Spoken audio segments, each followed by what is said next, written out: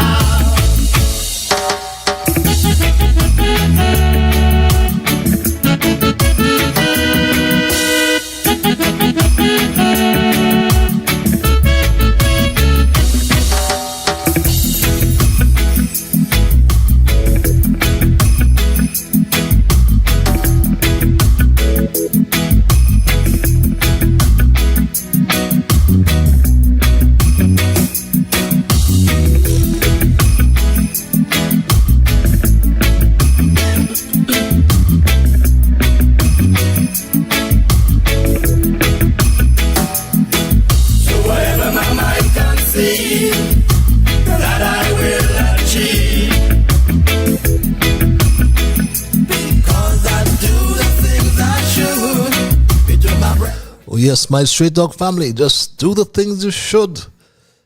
Be to your brethren kind and good. And you hear that theme song, you know it's time for me to say good night to the world. Because we are on the World Wide Web.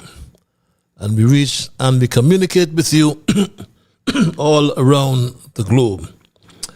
And time for me to say a very pleasant night to the entire Federation of St. Kitts and Nevis and to the wider Caribbean region. And we say greetings to the world because we are on the World Wide Web, like I said, and we reach and communicate with the diaspora all over the globe. And I know that some of you are in Africa. There are some of you in Asia. There are some of you in Europe. And there are a whole lot of you all over North America. So I'm at liberty to say good night. I can say good morning. And I will say good afternoon, because one of such greetings will be applicable to the region in which you now find yourselves. And I say welcome all to Straight Talk, and I thank those who continue to share the link. Because when you do, we get first-timers. And for the first-timers, may I inform you that Straight Talk is a public service program that facilitates and promotes free, underline free, expression on all issues of national interest, be they legal, be they environmental, be they technological, social, economic, and or political issues. On Straight Talk, you do have a forum to express yourselves freely. On this program, we try to raise the level of national, regional, and international consciousness. We try to raise the level of national, regional, and international discourse by alerting all of our people to their rights, to their responsibilities, and certainly to their obligations. My name is Ian Patches Liburn, and I give Almighty God thanks for blessing me with yet another opportunity to join you in conversation on yet another occasion. As your host, I continue to pledge, and for the first timers in particular, to remain an untiring advocate of truthfulness. I'm always reminded of the words of a favorite hymn of mine written by Thomas Jackson and Franz Joseph Haydn, which goes something like this: we are called to be God's prophets, speaking for the truth and right, standing firm for godly justice, bringing evil things to light. So let us seek the courage needed, our high calling to fulfill, that we all may know the blessing of the doing of God's will. And my Straight Talk family, especially the first timers, let me inform you as well that nothing is watered down on this program. Absolutely nothing. We never try to make it more interesting, neither by omission or by exaggeration. Straight Talk is not about sensationalism. We're not about creating excitement, especially if that comes at the expense of accuracy. Because we lean on the facts. And it is my bounden duty as your host to always present what I call the unvarnished truth, the plain truth, especially when it comes to governance, transparency, accountability, and all that goes with it, whether in St. Kitts and Nevis or wherever you are in this world. Because this program joins us together with people across our federation, people across the wider Caribbean, the Western Hemisphere, as a matter of fact. I join with people in the diaspora all around the world. Some we know very well, and some we have met. Some we have met physically, others we have met spiritually. And some of us will agree with the positions of truth advanced on Straight Talk. And some will disagree. And that's fine, because we are different people, so we promote what I call a diversity of views. But please, it would sadden me if we ever start to become disagreeable. So let us thank Almighty God, nonetheless, for helping us to understand, oh, how good and how pleasant it is for brethren to dwell together in unity. Let us therefore hope and pray for that day when we will all sing His praise together. So welcome again, my people, and thanks for those who continue to share the link. May I remind the first timers in particular that Straight Talk is a participative program. By that I mean we include your calls, we include your emails, and if you're so minded, call in. The numbers are on your screens.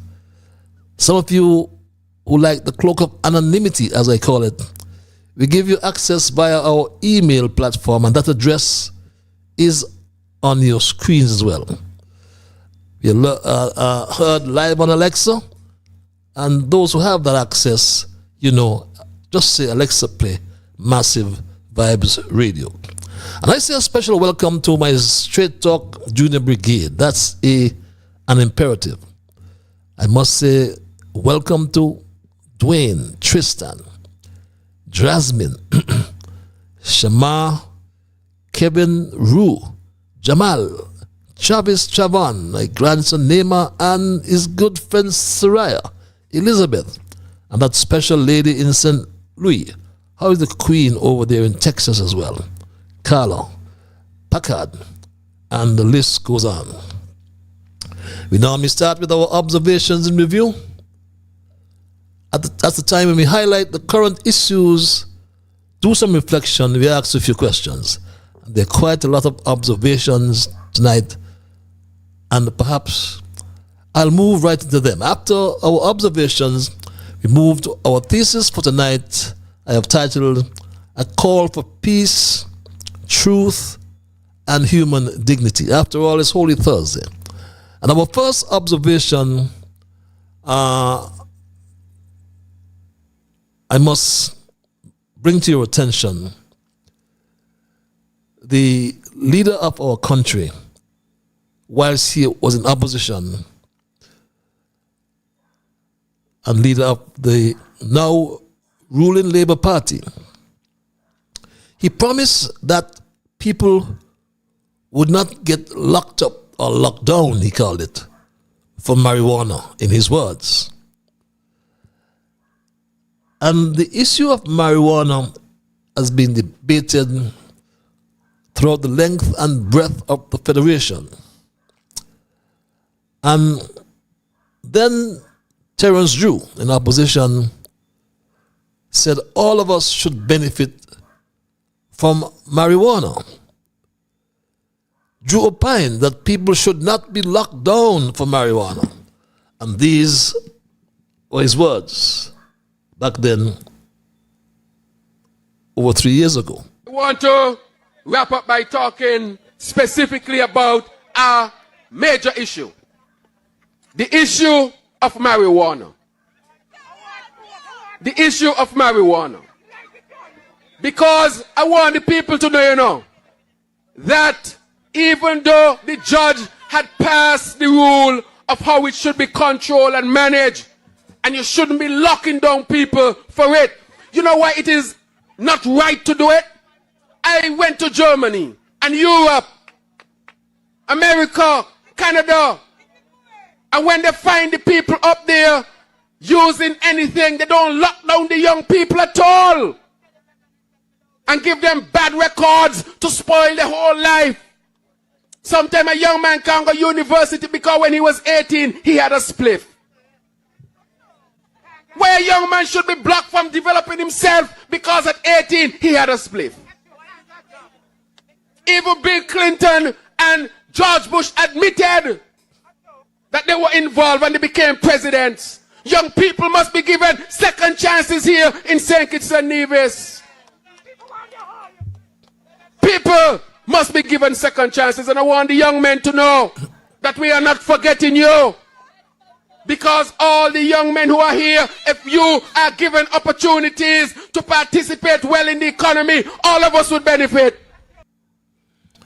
And my Straight Talk family, surely Terence Michael Drew was not considering or not referring to his political opponent or opponents, and one who was recently locked down, to use his words, just last week. We saw this press release coming from the Royal St. Christopher and Nevis police force. His political opponent arrested, as you can glean from your screens. The charges have been laid. And the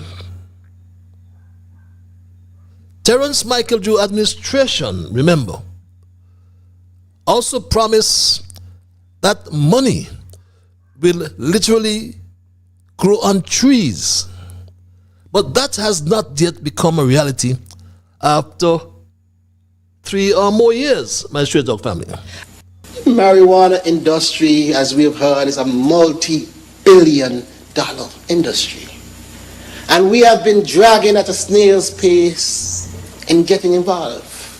And I could not understand for the life of me why. Literally growing money on trees. But yet somehow, we don't want to participate. But I dare say, that era is over, and it's now a new day, in a better way. So in 2023, expect a vibrant, thriving marijuana industry. That obviously was a laughing matter, my Straight Talk family. So important was this marijuana that a special area act was designed or was passed on areas so that special areas can be designated by Straight Talk family. And the special areas designated smoking areas, and you can see designated areas section 4 of the legislation on your screens as Straight Talk family. But when you listen to this Grace Attorney General, the question that follows is simple. Did Samuel Duggins fool the country?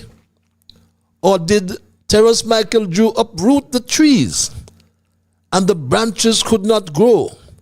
Or he hid this fact that was well publicized and known in countries like Jamaica, to name one, my Straight Talk family? The reason why cannabis cannot be legalized in St. Kitts and Nevis is twofold. One, we are parties to treaties that do not allow non-medicinal, non-religious uses of cannabis. What that means is that if we were to legalize, our corresponding banking relationships would almost come to an end. My Straight Talk family, that's what has come from them as it relates to the legalization, I must add, of marijuana. But that debate is going to go on for a long time from now. So we'll move to our second observation, which relates to the cost of gasoline in St. Kitts and Nevis, which continues to rise daily as per that release on your screens from the Department of Consumer Affairs. Sadly though, my Straight Talk family, there is no relief coming from the Terrence Michael Drew administration, except the Prime Minister's verbal scolding about driving unnecessarily, my Straight Talk family. Is no other measures he can think about. Encourage our people to take measures. If you don't have to drive and use a lot of gas, don't do it. Turn off your electricity because we continue to subsidize electricity. Turn off your lights, because we continue to subsidize electricity. Conserve as much as you. Use resources more efficiently, because we are dealing with a world where there is a war that is driving up the cost of living that has absolutely nothing to do with the government. Those are, I will call, external things that we have to suffer. And so my Straight Talk family, that's the scolding we get from the Prime Minister and the measure he applies. Drive, or do not drive unnecessarily, to use his words. And our third observation relates to the Terrence Michael Drew Labour government. It still seems to be in what I call an abandonment mode. recall that they abandoned the Basti High School. They abandoned the 36 megawatt solar project, which were both shovel-ready projects conceptualized by the team Unity Administration. He also abandoned the Robert Llewellyn Museum, which he started.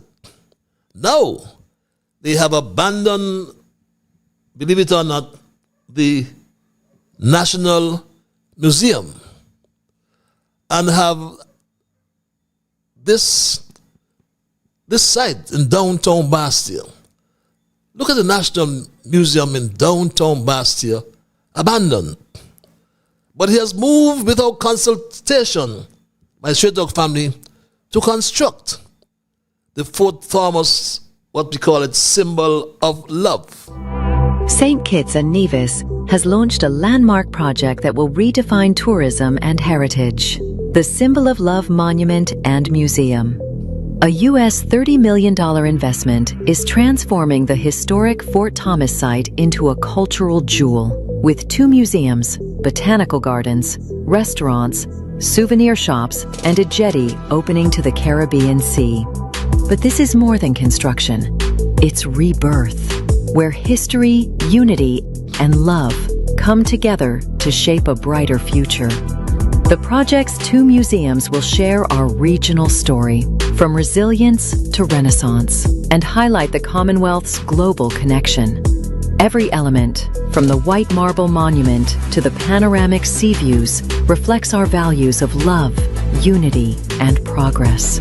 During construction, hundreds of jobs are being created, and once complete, it will open new paths in tourism, retail, and culture, empowering local families and entrepreneurs. An archaeology team will preserve every artifact discovered, ensuring our story lives on for generations.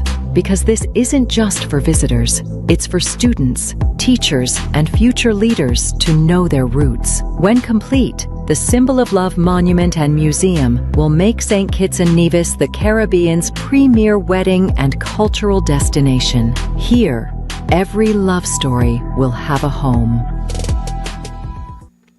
And this was confirmed by Denzel Douglas just yesterday in Parliament. Thomas Hotel Development, which will deliver a tourism monument and a set of museums and restaurants and appropriate facilities for banquets and for weddings, etc. This is located in the central West Bastia area. Capital investment of some US $25 million, about 67.5 million EC dollars. Jobs, about 100 will be created there. And this is under construction. But my Straight Dog family, the developer has imported workers from India. And they work by night. They deliver by night in terms of their material as well. You can see jumbo bags of cement being delivered by night. But they talk about 100 workers. All these workers were imported for this project. Without consultation, it's going on, my people. Our fourth observation, though, my heart bled when I read this release from the Royal St. Christopher and Nevis Police Force. And I reflected on the days when I encouraged and trained my good friend Licky Bud to become one of the top soccer referees in St. Kitts and Nevis. And I was proud when I saw him move on to the FIFA list of referees.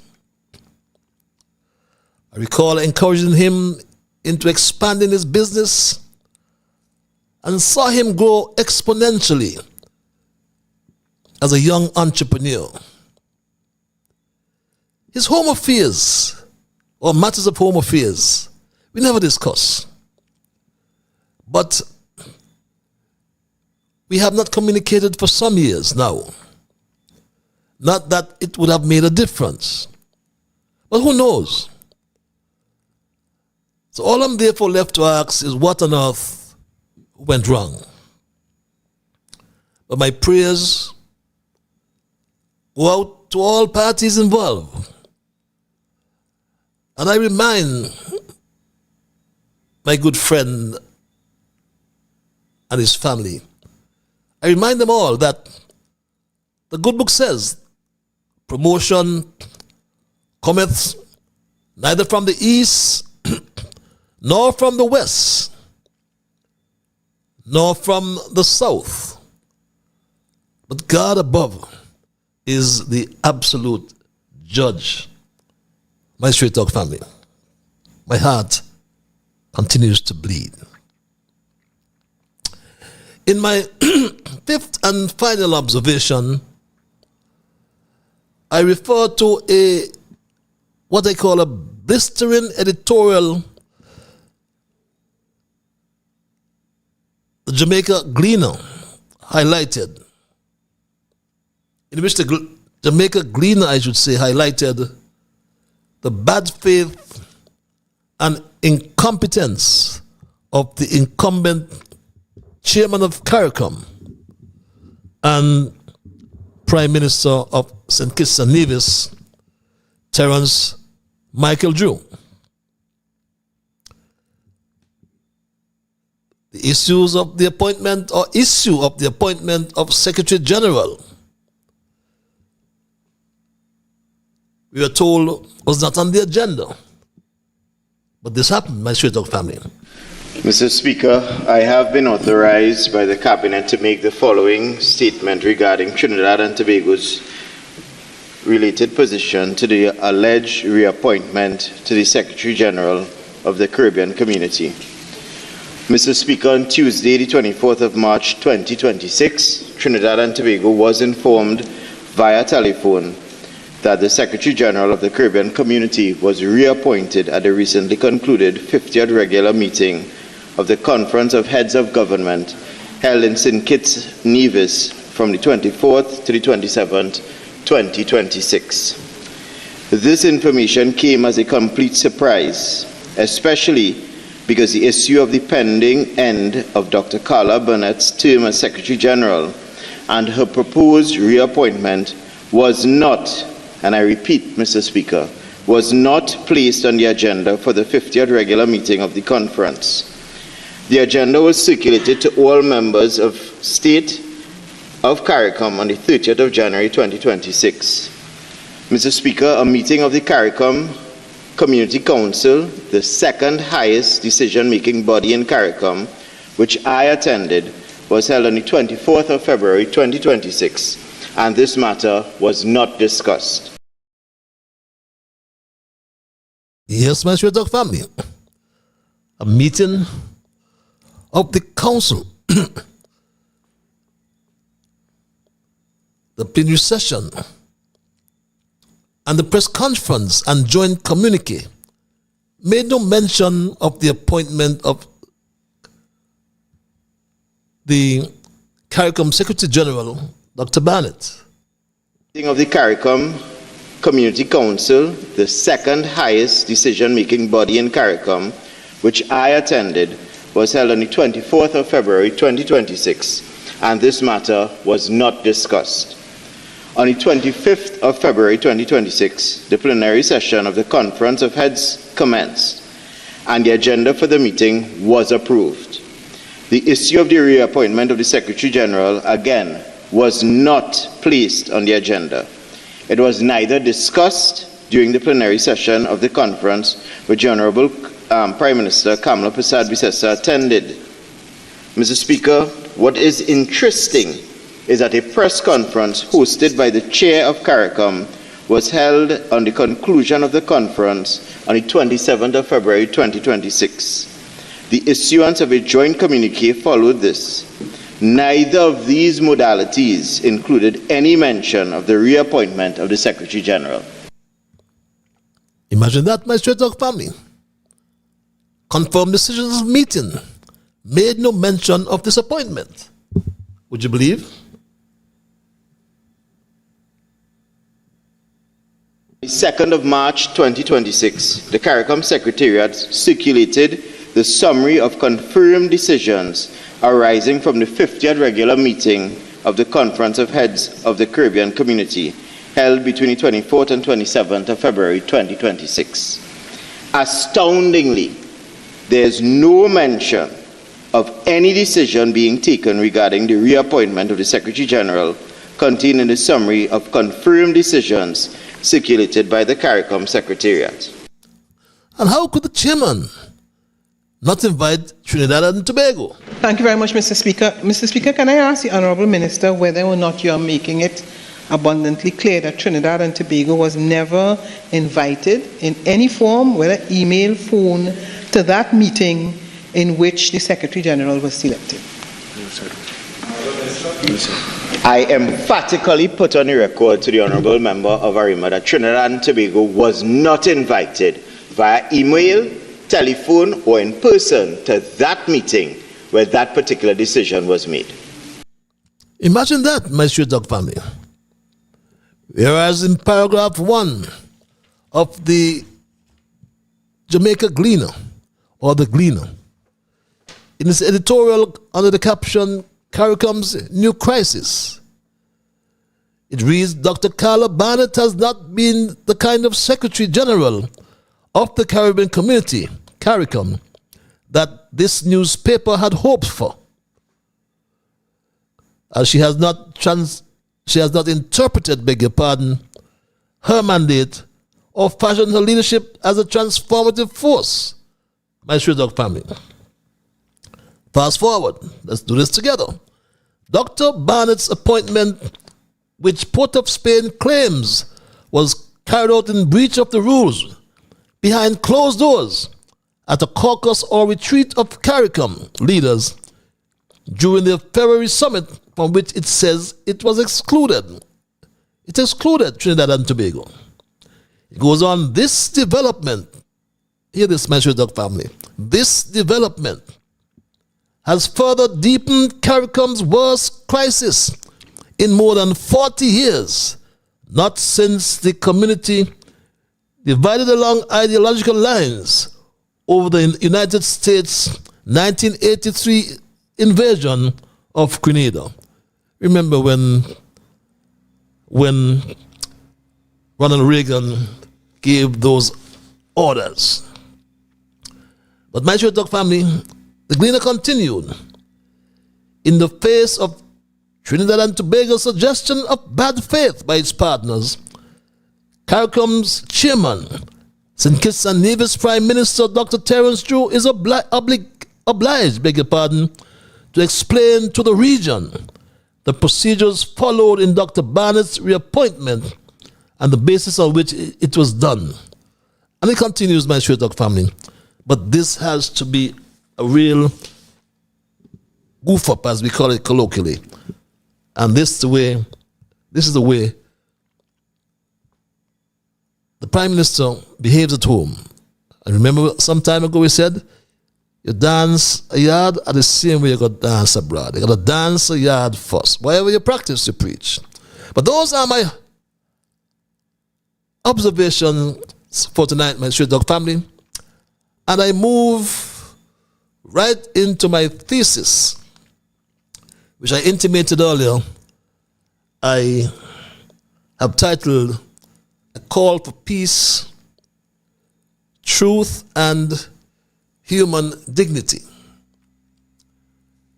And truth be told, my Straight Talk family, last Monday, I committed to connecting with you on Thursday. Those of you who are here would recall. And I completely overlooked the fact that on a day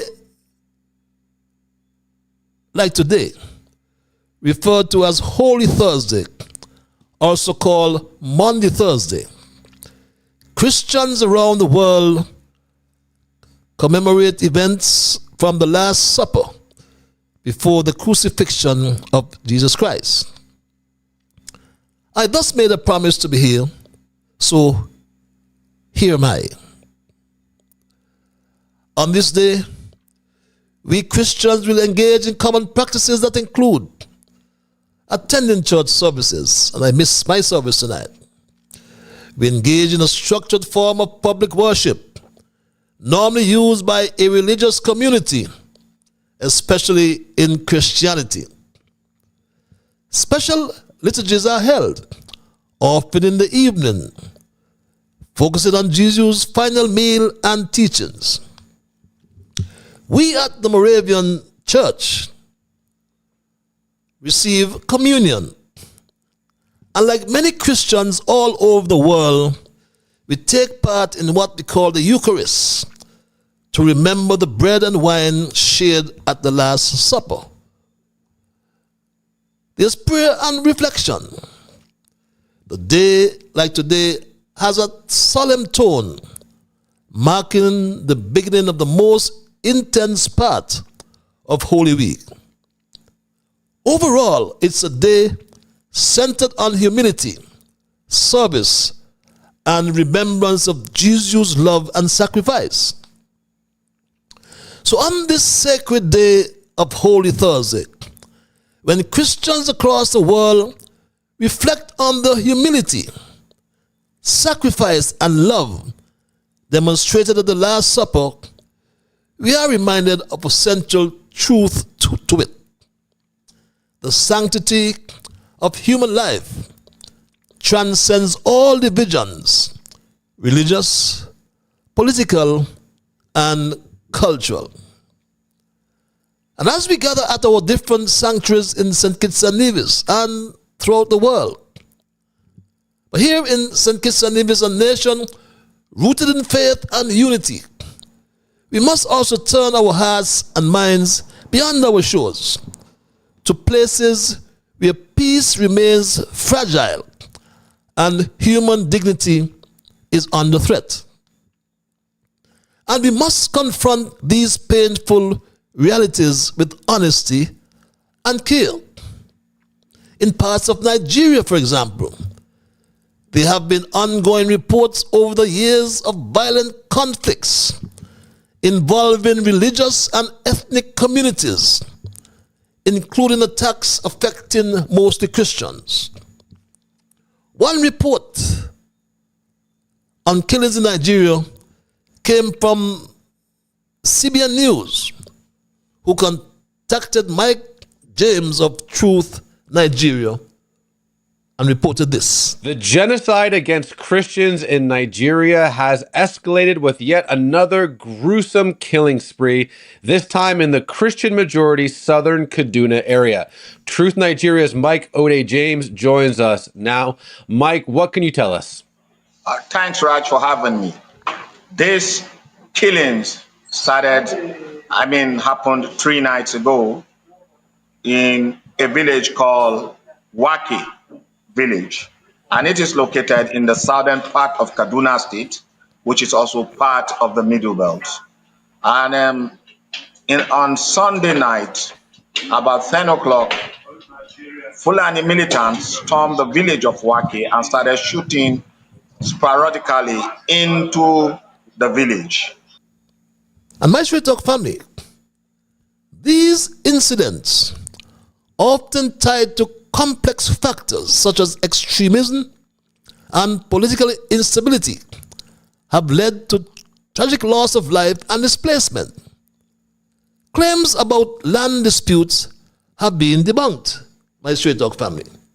These claims have been debunked. So, Mike, what would you say to people who, again, say that this is just tribal herdsmen, this is land disputes, this isn't a religious conflict? No, this is not land dispute. Now, again, this person, when I was speaking, we have a situation whereby some Fulani ethnic militia, and I'm not saying all the Fulanis. We have Fulanis that are armed and that are bent on appropriating or seizing lands that do not belong to them, and then imposing their culture, imposing their religion on people who are not Fulanis. That is what is happening. And when they do that, they kill. You understand? It's not a land dispute. When you're talking about land dispute, these people come with AK-49 in the night, and the villagers are asleep. The people doing the attacks are Muslims, and the people being killed are Christians. So you don't have land dispute here. What we have is land grabbing, ethnic cleansing, and religious imposition. Land grabbing, my Straight Talk family, and ethnic cleansing. And it's important to approach this issue with clarity and responsibility. While some narratives describe these events as targeted religious persecution, experts widely recognize that the situation is multifaceted and cannot be reduced to a single cause. Regardless of the drivers, the suffering of innocent people demands global attention and compassionate response. We also acknowledge that international involvement in such conflicts is often sensitive and not always clearly understood. Claims about foreign military actions, including those attributed to the United States, require careful verification and should not distract from the urgent need for peaceful diplomatic solutions. The U.S. launched strikes in December last year, claiming that Nigeria was failing to stop the genocide against the Christian population, my Straight Talk family. 2023, Bola Ahmed Tinubu is elected president of Nigeria, promising to tackle the nation's widespread insecurity and address two of its root causes, poverty and corruption. Christianity is facing an existential threat in Nigeria. Nearly 3 years later, international attention is back on the country, with the US launching strikes as a, quote, Christmas present, claiming Nigeria is failing to stop a genocide against its Christian population. But whilst the Nigerian government denies these claims, there's no disputing that wider insecurity is spreading. And my Straight Talk family, recall that Bola Tinubu was elected president in 2023, as you've just heard. And according to an Al Jazeera report, he promised to tackle Nigeria's widespread insecurity and address two of its root causes, poverty and corruption.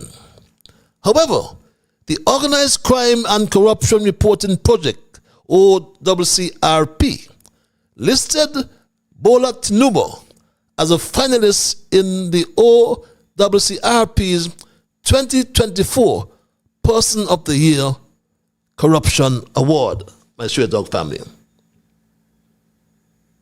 The Organized Crime and Corruption Reporting Project named President Tinubu a finalist for the 2024 Corrupt Person of the Year Award. According to a 2025 poll, 2 out of 3 Nigerians think the president and his team are involved in corruption. That's a statement from drunken people. Next question. 2 out of 3 Nigerians are drunk. No, start with the first one. What would you say the first time? The first one was the OCCR reporting project. They are the drunken people. Okay, what about the Nigerians? Are they sober? Are 2 out of 3 Nigerians sober when they say you're president and you were involved in corruption? Nigerians are entitled to hold and express opinion. Yes, it and is it's in our bad for you. constitution. The fact that you express an opinion does not substantiate that opinion. I agree. And yes, my Straight Talk family, you see the pushback. Here at home, we respectfully call upon our leader, Terence Michael Jew, to continue fostering dialogue with international partners.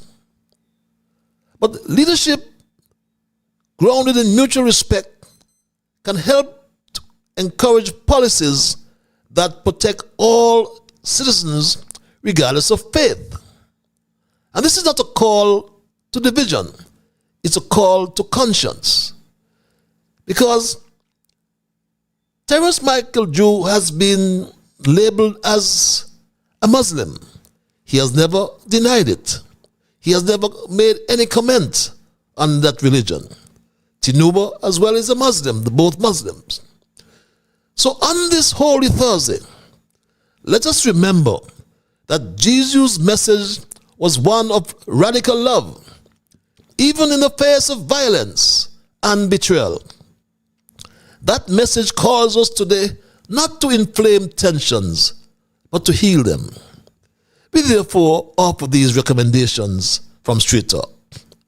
For Christian communities, continue to advocate for peace through prayer, outreach, and constructive dialogue, avoiding narratives that deepen division. For political leaders worldwide, prioritize diplomacy, protect religious freedom, and ensure that all citizens are treated with dignity and equality. For interfaith groups, build bridges through education, shared service projects, and open conversations that replace fear with understanding. Let this Holy Week not only be a time of remembrance, but a turning point toward reconciliation. And my Straight Talk family, on this Holy Thursday, we are called not only to remember Christ's sacrifice, but to defend the dignity of every human life. Peace must rise above division, and faith must lead us to unity. On this sacred occasion of Holy Thursday, we pause in solemn reflection, a moment that calls humanity not only to remembrance, but to moral clarity. And as we approach tomorrow, Good Friday, we are reminded of the suffering. We are reminded of the sacrifice and boundless love of Jesus Christ, who came or who gave his life, not for one people, not for one nation, but for all humankind. His message was simple, yet profound. Love thy neighbor, uphold truth, defend the oppressed, and honor the dignity of every human being. Tonight, I speak from that moral foundation. In St. Kitts and Nevis, ours is a society deeply rooted in Christian values, values of compassion, justice, and peace. Yet we are also a nation that respects diversity, understanding that faith, in all its forms, should unite rather than divide. It is in this spirit that we reflect on leadership and responsibility, both at home and abroad. The Honorable Terence Michael Drew carries the trust of our people and the moral weight of representing a nation that believes in justice and fairness. Leadership is not only about governance, it is about courage. The courage to speak truth even when it's uncomfortable. Across the Atlantic, in Nigeria, troubling reports continue to surface. Reports of violence, persecution, and the loss of innocent lives, particularly among Christian communities. While complexities exist in every nation, the preservation of human life and religious freedom must never be negotiable. President Bola Tinubu leads a nation of immense diversity and promise. With that leadership comes a solemn obligation to protect all citizens equally, regardless of faith, and to ensure that justice is neither delayed nor denied. St. Kitts and Nevis and Nigeria are not strangers anymore. Our nations have taken meaningful steps to strengthen ties through visa waivers, diplomatic engagement, and cooperation in agriculture, trade, and energy, to name a few. And our Prime Minister, all of a sudden, he's gone back home. It's always a pleasure for me to be here in Nigeria. I was here last year around this time, and I'm back again. And I want to thank His Excellency the President, who has been so gracious as a host. He has always welcomed me with open arms. And fellow CARICOM, I would say from the CARICOM, we are a member of the AU as well. We are the 6th region. And so I want to thank him for his leadership. I want to thank him for his collaboration. And I want to thank him for his openness. This collaboration has been tremendous. It has had a tremendous impact on the development and advancement of the Caribbean. And coming from Nigeria, which is a significant country in the African continent and in the world, this has been, I would say, very progressive and important to us. So I want to express my sincerest gratitude to the President and the government and people of this great country. This is our people. Our people in St. Kitts and Nevis fundamentally came from Calabar, here in Nigeria. Yes, you know. So I always say we have come back home. So well, our people came from all over Africa. Remember, Terence Michael Drew told us that he met his aunt in Ghana. Remember this, my Straight Dog family?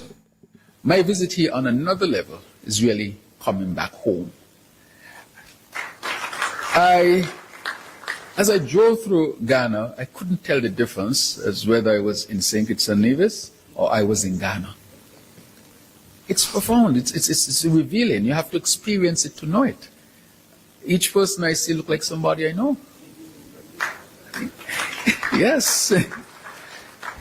Last year I was relating to Mr. President, of course, that I had the opportunity to meet the deputy or the vice president in Addis when we had the first in-person meeting between the AU and CARICOM. I was the chair from the CARICOM side, and His Excellency President from Angola was the chair from the African side.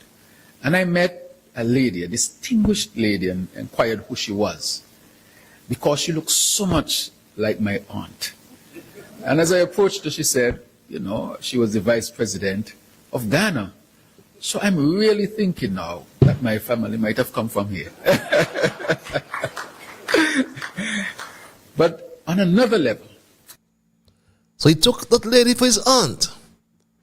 But yes, our people, our slave descendants came from all over Africa. But these are bonds, not only of economics, but of shared humanity. And where there is shared humanity, there must also be shared responsibility. So I am challenging Terence Michael Drew, when he gets with his Muslim colleague, whisper in a cordial way, in a respectful way, please stop the genocide of Christians in Nigeria.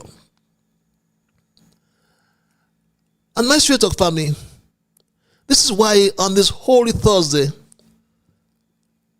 the call is clear. Let there be no silence in the face of suffering. Let there be no hesitation in defense of truth. Let there be no compromise when it comes to human dignity. Yes, both countries will set up a special envoy, we are told. We are taking it to the next level, which we have agreed to. So there will be a special envoy to St. Kitts and Nevis, and of course we would have a special envoy here to further the collaboration and make sure that there are tangible benefits for both St. Kitts and Nevis and the wider CARICOM, and for Nigeria and the wider African continent. Excellency, yes, thank you. you're very much welcome. Thank you so much. Thank you. So my Straight Dog family, in closing, Prime Minister Terence Michael Drew has an opportunity, a golden one, not of politics, but of principle, to engage President Bola Tinubu in a spirit of brotherhood and mutual respect, not to accuse him, but to appeal. Have some mercy on the Christians that have been killed. We understand about 17 Christians daily in different parts of Nigeria. Appeal to the Nuba Prime Minister Joe, not to condemn, but to call for accountability, compassion, and peace. For what is leadership, if not the willingness to stand for what is right? What is faith, if not the courage to act in accordance with it? And what is the meaning of this holy season, if not a reminder that sacrifice without justice is incomplete? So let this message go forth not only to Nigeria, not only to St. Kitts and Nevis, but to the entire world. There must be no more persecution. There must be no more discrimination. There must be no more genocide of Christians. There must only be justice, dignity, and peace for all people, of every faith and of no faith. For in the end, we are all bound, beg your pardon, by a higher calling. A calling that transcends borders, politics, and power. A calling to love each other as we love ourselves.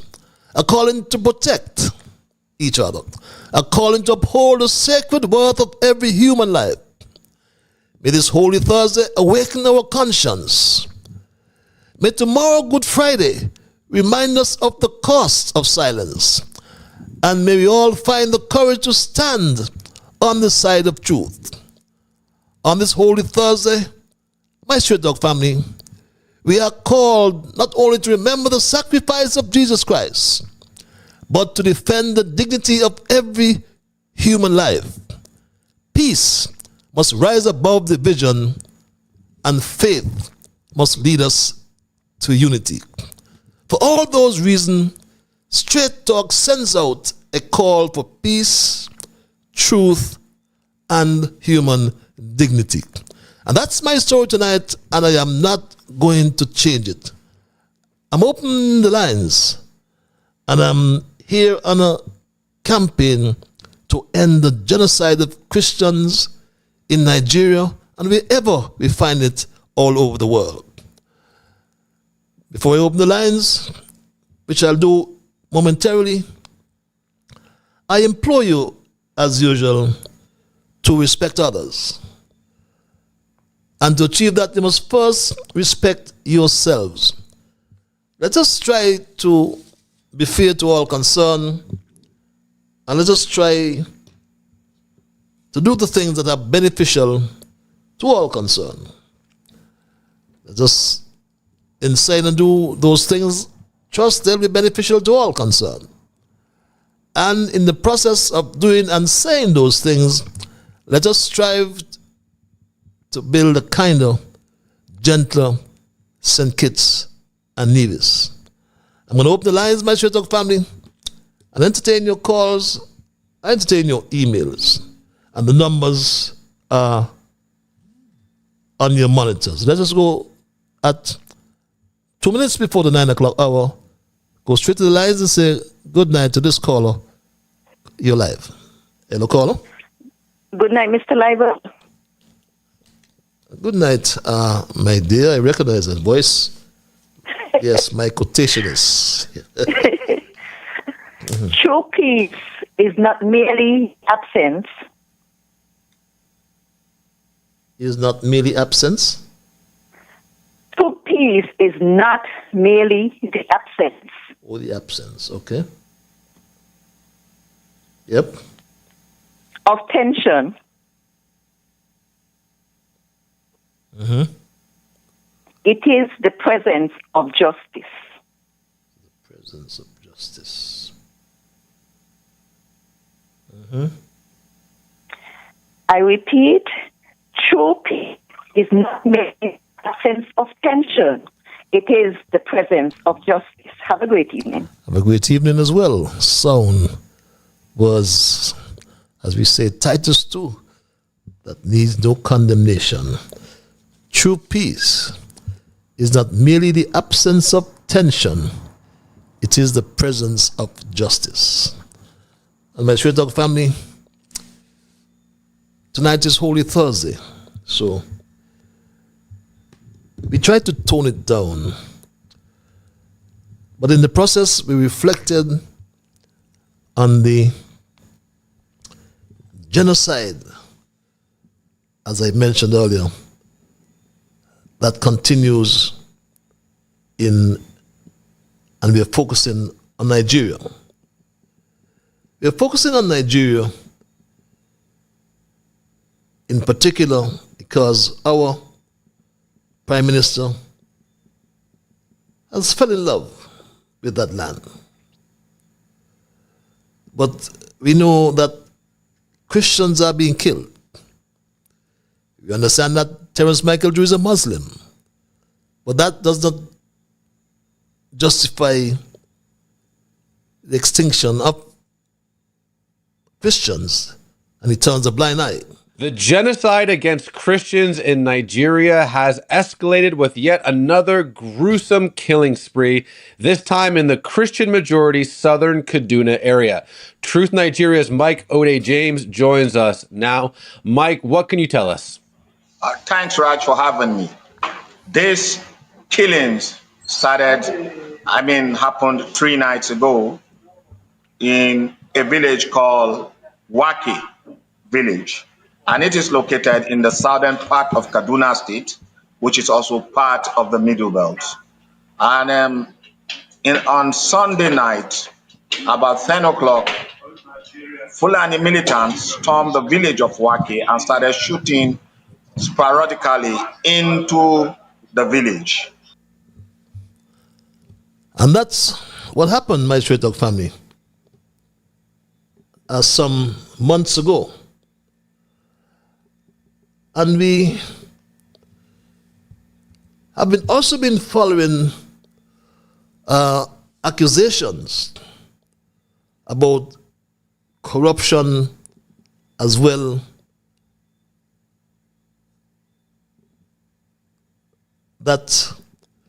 in which Bola Tinubu has allegedly been part of. Is a case where he forfeited some $500,000. I would be happy, yes. Think that your government I would is be corrupt. happy if you can tell me a finding of court that says Tinubu is corrupt. Well, what's interesting you should say that, because a lot of Nigerians have reason to suspect that his wealth was built on illicit activity. A lot. Challenges. Can you find me a country in the world where the sitting president, the US government seized $500,000 from one of their Chicago bank accounts after investigators found probable cause that the funds were proceeds of drug trafficking, specifically heroin. Tinubu gave up the money in a settlement. He was never indicted of a crime. But when a US judge last year ordered the release of all of the documents by the FBI, Tinubu went to court to prevent it. What does he have to hide? The minute a matter is taken to court by right, you have the right to send your lawyer. The fact that you send a lawyer to defend your matter or to go against a motion that is filed before the court is not a conclusive proof of acceptance of the fact He's obviously got something that was to hide. taken to the court. He gave up $500,000, which were probably the proceeds of drug trafficking. I'm glad you used the word probably, but it is not. Go ahead. You said in 2022 that this drug case, quote, conclusively concluded not in favor of Bola because he had to forfeit that money. There is still a cloud around drug-related activity. Cloud? Yeah. Not a conclusion. Okay, so the cloud's still there for a lot of Nigerians. No, the cloud is no longer there. How did it disappear? Because the Nigerian people have moved on with the president. Who said they moved on? The facts are there. Less than 10% of Nigerian voters voted for him. So that he doesn't have some big mandate from the people that means that I can't ask you, why did he give back $500,000 to the US government, which were believed to be the proceeds of drug trafficking, and you believed they were the proceeds of drug trafficking? Why do you Yes, cloud. We call it my Straight Talk family. Yes, the lines are open. We are entertaining your calls. We have focus on Holy Thursday on Christianity and the treatment of Christians throughout the world, with a special focus tonight on Nigeria, my Straight Talk family. As we have heard so often the time that about the genocide that goes on daily in Nigeria. And we are, my Stray Dog family, in close collaboration, and we're looking to the fifth region. We're looking to Africa. As our Prime Minister says, he's going back home. He has appointed a special envoy, he said. We are taking it to the next level, which we have agreed to. So there will be a special envoy to St. Kitts and Nevis, and of course we would have a special envoy here to further the collaboration and make sure that there are tangible benefits for both St. Kitts and Nevis and the wider CARICOM, and for Nigeria and the wider African continent. Excellent. Yes, Thank you. you're very much welcome. Thank you so much. And we are saying, my Stray Dog family, we are pleading to our Prime Minister to engage Tinubu, not to embarrass him, but have a quiet chat with him and see if the issues of genocide would come to a cessation. President Bola Tinubu, they said, leads a nation of immense diversity and promise. And with that leadership comes a solemn obligation to protect all citizens, regardless of faith, and to ensure that justice is neither delayed nor denied. Let's go take some emails in the meanwhile as we wait on your calls, my Stray Dog family. And this email reads,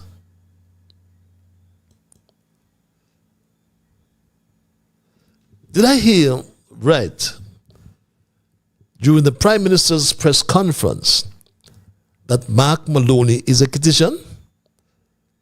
Patrick, do you know if he is a Kittitian by birth, marriage, or CBI? Curious minds want to know. Reads this email. Well, we have tracked that and we cannot find any information whatsoever that he's a Kittitian. You understand his company is registered in St. Kitts, but that's normal. You have companies from the region registered in St. Kitts. Patches reads this other email. Are you surprised with Mark's associates? I am certain that you know the saying, birds of a feather flock together. Interesting. Well, yes, one of his associates, Nuri Katz, that's who I spoke about just a few days ago. The $100 US offered to divisions every month by Mark and Destiny is nothing but inducement and bribery. Divisions, don't be deceived and get caught off guard by these vultures, snakes, scamps, and thieves, parading as honorable good for nothing men and women. I say no, no, no to Destiny on Nevis.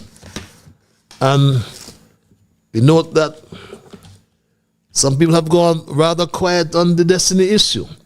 But let's go to the lines and take this call, and I'll come right back to that. Caller, you're live. Hello, caller. Hi there, caller. Could you turn your equipment down? Hello, caller. Are you there, caller? Package.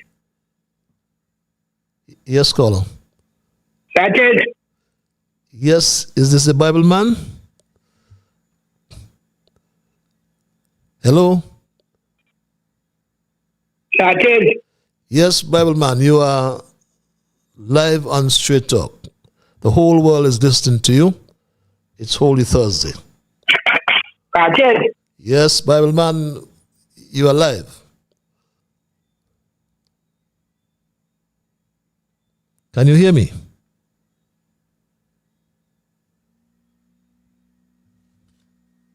Hello?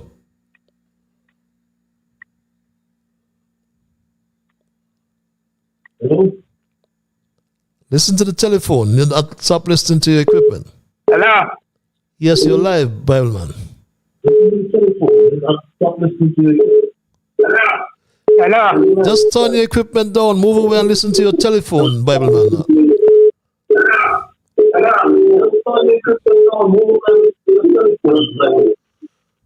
Yes, Mr. Patrick. Yes, are you there? How are you? I am peaceful. Yourself? Patrick, how are you? I am peaceful, Bible man. What about yourself?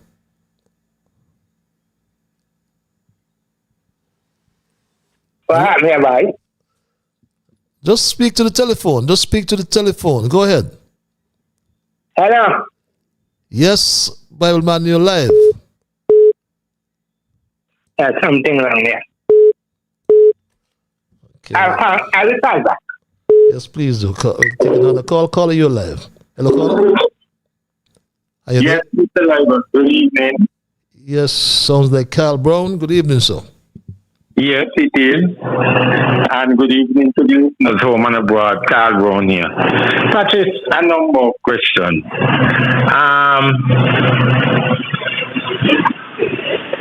With the Destiny project, right? Why the Destiny project, which is a Nevis project, was sent to St. Kitts to the Prime Minister? Could you answer me that?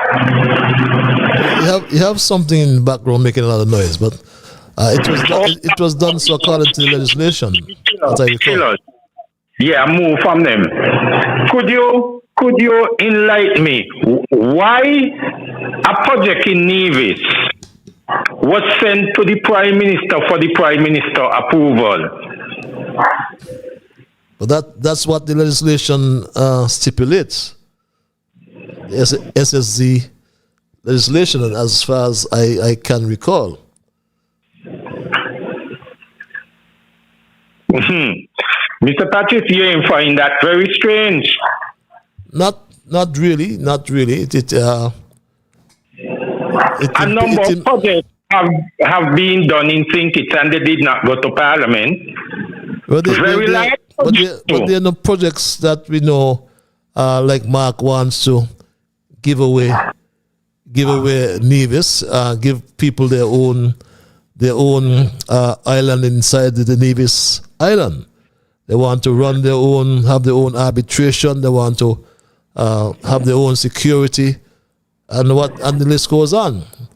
And we have in terms of security, we have a lot of organization or what we call investors. Foreign investors have their own security. And do they have their own courts? Oh, no. When it comes to own court and that kind of thing, we the people will not stand for that, and they can't. But that is one of the reasons why they have to go to the Parliament, because the federal laws govern certain things that they just can't turn a blind eye to.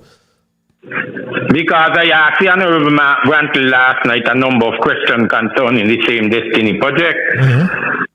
Yeah, and he said he and the Prime Minister, I asked him how often or have he and the Prime Minister have been in discussion. He said yes, they have been in a number of discussions.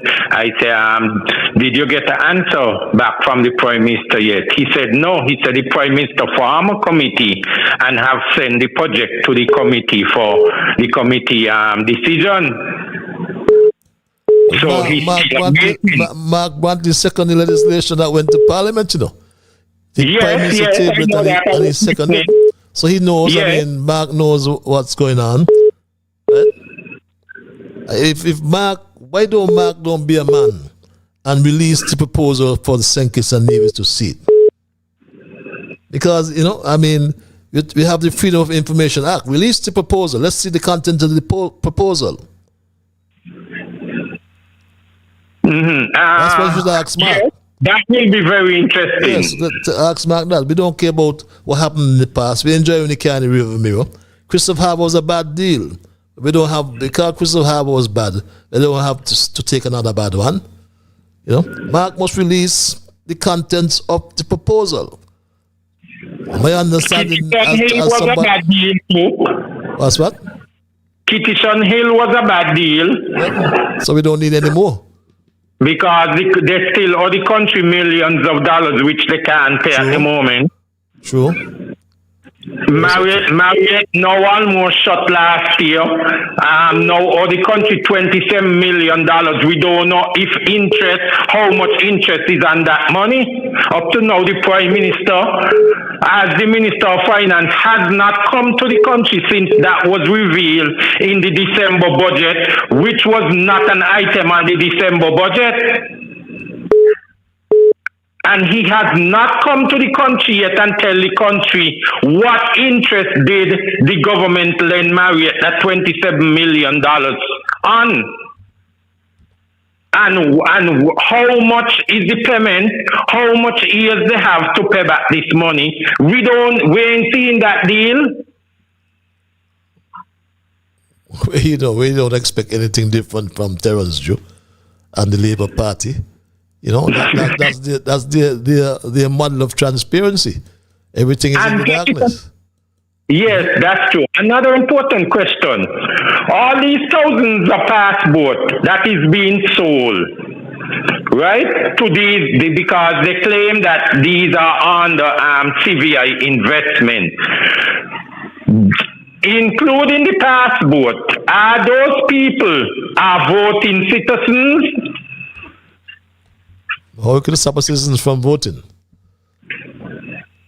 Well, Patrice, that's going to be rather interesting in this upcoming election. Are those people going to be coming, let's say, to the second home or third home? Because some of them got 3 and 5 passports and so, you know.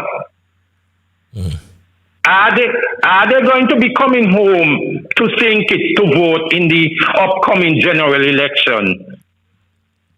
Well, you can't just come because they can be registered first of all, you know. Well, the question is now, we have to scrutinize the list and see how many additional thousands of people added to the list. And where is the constituencies? That's going to be rather interesting to know where the constituencies is. Which constituency they register to vote? Another question again I've been asking. Are all these Nigerian nurses going to be voting in the upcoming election? Because remember, they are here on a war contract, eh? Well, they are... And the other question is, do they have voters ID?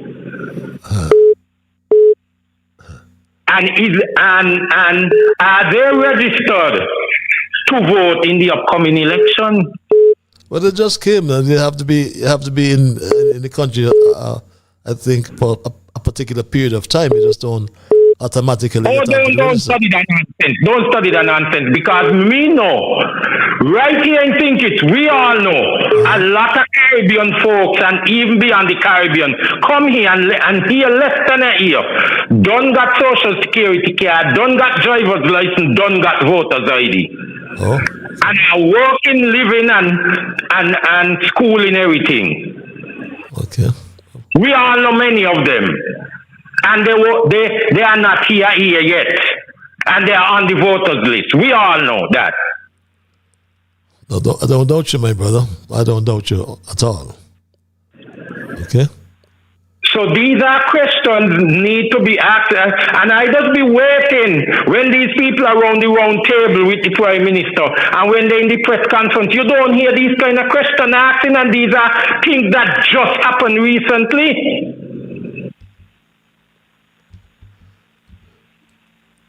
Are the CVI people have voters ID, and are they going to be coming home to vote? These are questions they need to ask the Prime Minister. The Nigerian nurses, are they registered, and are they going to be voting in the upcoming election? These are questions need to be asked. These are things you're supposed to be asking. And then how far, another question that should have been asking Dr. Judy Adele, how far the committee reached with the Destiny Project? How many meetings have they had? And on this committee, does it have anybody from Nevis on it?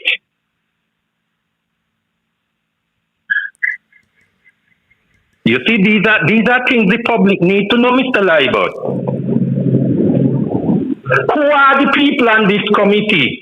When was it formed? How long this committee will be together for the duration of this project? After they made the decision, whether the decision is yes or no, what happens to the committee? Are the committee getting paid? These are questions we need to know. I'm gone, Mr. Libert. I'll be back. Thank you very much for your pertinent and very important questions. The Special Sustainable Authorization Act. I'm trying to remember the act. I've heard it so many times, but I've lost sight of the act. There's a particular clause. I'm trying to find it before we end tonight, but I'll take this call and I'll come right back. Caller, you're live. Hello, caller. Yes, you're live. Caller, just turn your equipment down for me. No, just turn your equipment down and listen to your telephone. You listen to the equipment. Turn your equipment down and just talk to the telephone. You'll hear. Well, I turn it down. Please, thank you. Go ahead. The whole world is listening to you now. Well, you see the number. This is a different number. This is a digital number. Okay. So now I got you covered. Okay, my brother. Understand? Okay. Yeah. So I am going to read you. I am going to read the favorite passage scripture, Mr. Patrick. Psalm 41. Blessed is the man that considereth the poor. Yes. Patrick, when you consider people, you look after them. You don't hurt them, Mr. Patrick. I listened to a man tonight say we are God-fearing people. Right? Mm-hmm. And I said to myself, if St. Kitts is a God-fearing people, a fearing nation, why you have the authority to do what you're supposed to do? But why do you treat people so bad? Well, a lot of people take God as a pebble, you know. But one day is going to tell. Started in Galatians chapter 6. Here is a year. Whatsoever man soweth, that he shall also reap. And the word of God said, I believe the Proverbs, he said the Proverbs are somewhere there. He said, when you're in authority and you could do good, do it. Now I am going to read Psalm 91. And I am going to, when I don't read Psalm 91 about 2 verses or 3, I'm going to stay there. Thank you. Thank you, sir. The Bible word of God says, he that dwelleth in the sacred place of the Most High. Shall abide under the shadow of his wings. Shall abide under the shadow of thy mighty. Mighty, sorry. I will say to the Lord, he is my refuge. Special. My fortress. In God will I trust. Surely he shall deliver me from the night. He shall deliver me from the night of the pestilence. He shall cover with his feathers. Under his wings thou trust. His truth shall be my shield and buckler. Yes. Thou shalt not be afraid of the terror by night, nor the arrow by day. And then it comes down and says, there shall no evil fall thee, neither any place shall come neither thy dwelling. Well, the topic where you tonight, you have a wonderful topic. And I'm saying to you, Mr. Paget, may the good Lord bless you and keep you. Read Psalms 112. You just read it, Paget? I'll read it. Psalms 112. Okay. And so, if we read 112 Psalms, that you fit in the Psalm, Mr. Patrick. So see you. Bye. Thank you very much. That's the Bible man. And yes, let me go back to the lines. I'll get back to that. Caller, you live. Hello, caller. Hello, caller. Greetings and love. Greetings and love. Greetings, my brother. Rasa. How you doing, Brother Patrick? And my condolences to your grandson and he started the transition to the graveyard. Yeah, thanks a lot. Thanks a lot, my brother. Enough love. Blessing to your listeners via social media, as they call it, Facebook and YouTube. As we like to say, it's a blessed string. I just listened to something that you outlined with Carl prior to the legislation. And I would just like to state here generally that the committee that was formulated was stated from January the 7th, 2026, and was able to work for that time to meet and bring a report together, comply. So it was all impact within the general society, as they call it, our civil society. Within they had the chamber within his representation, they had the Christian Council within his representation, and they had the youth parliament in his representation, and even they call the Chamber of Industry and Commerce in their representation, and the banking institution in their representation. So there was a free within, and Rastafari was selected, but the notice was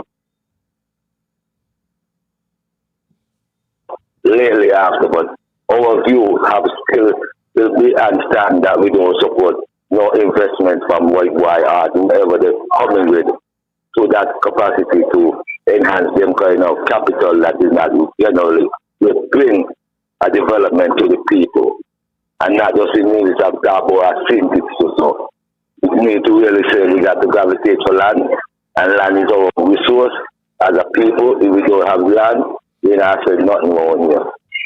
And these are the emphasis our people that really start emphasizing and bringing. We really serious about how we can put the standard of our people to change in the world that we call a global world, but is now moving to a stage that they say innovation and these kind of other initiatives. Because we can go to them kind of high-tech thing when we say, let our young ones who can do these things there, guide them, and other avenues we have to really start pushing for the people to start taking the civil engineering structures as a part of studying and start letting these things go by. Because we can't have these people coming from overseas doing these things, and we could put our young minds them in that capacity to work for the well-being. We really serious about saving economical diversity. That is one of the insistence that we see lasting among the way.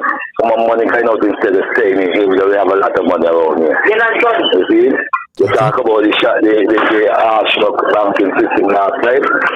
We like to say that they need to show to think it's a need in factor to our development. You have a blessed night. Have a blessed night as well, my dear brother. To apologize for the quality of that call. But in response to Carl's question, the Special Sustainability Zones Authorization Act 2025, Part 3, which deals with development agreements, Section 4, reads, and I quote, authority to enter into development agreements. Subsection 1, 4 subsection 1, reads, and I quote, the Prime Minister may enter into development agreements with the prior approval of Cabinet. B, for the purpose of giving effect to the provisions of this Act, subject to the conditions precedent in Section 5 of this Act, and notwithstanding anything contained in any enactment, where the area is within the island of Nevis, the Prime Minister shall consult with the Nevis Island Administration before entering into development agreements. Should the Nevis Island Administration approve, the Nevis Island Administration shall be a party to any such development agreements. And C, no development agreement shall be entered into without the prior approval of the Nevis Island Assembly. And it goes on with the conditions precedent to development agreements, but I'll get back to that. Let me keep this caller holding no longer. Caller, thank you for holding your live. Yeah, Patches, good evening, man. Good evening, Patches. How you doing, man? I am peaceful, my brother. Yourself? Yeah, pretty good. I'm going to tell Carl straight up. He has answered his own questions. Who's that? All those people that he says that he knows is on the list, going forward, Patches, the transparency is not going to be there. Okay.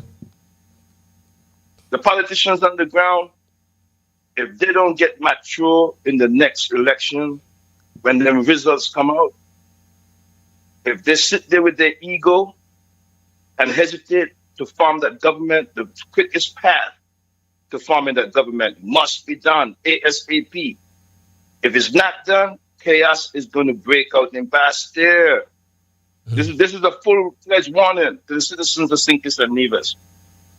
When the results come in, we already don't know.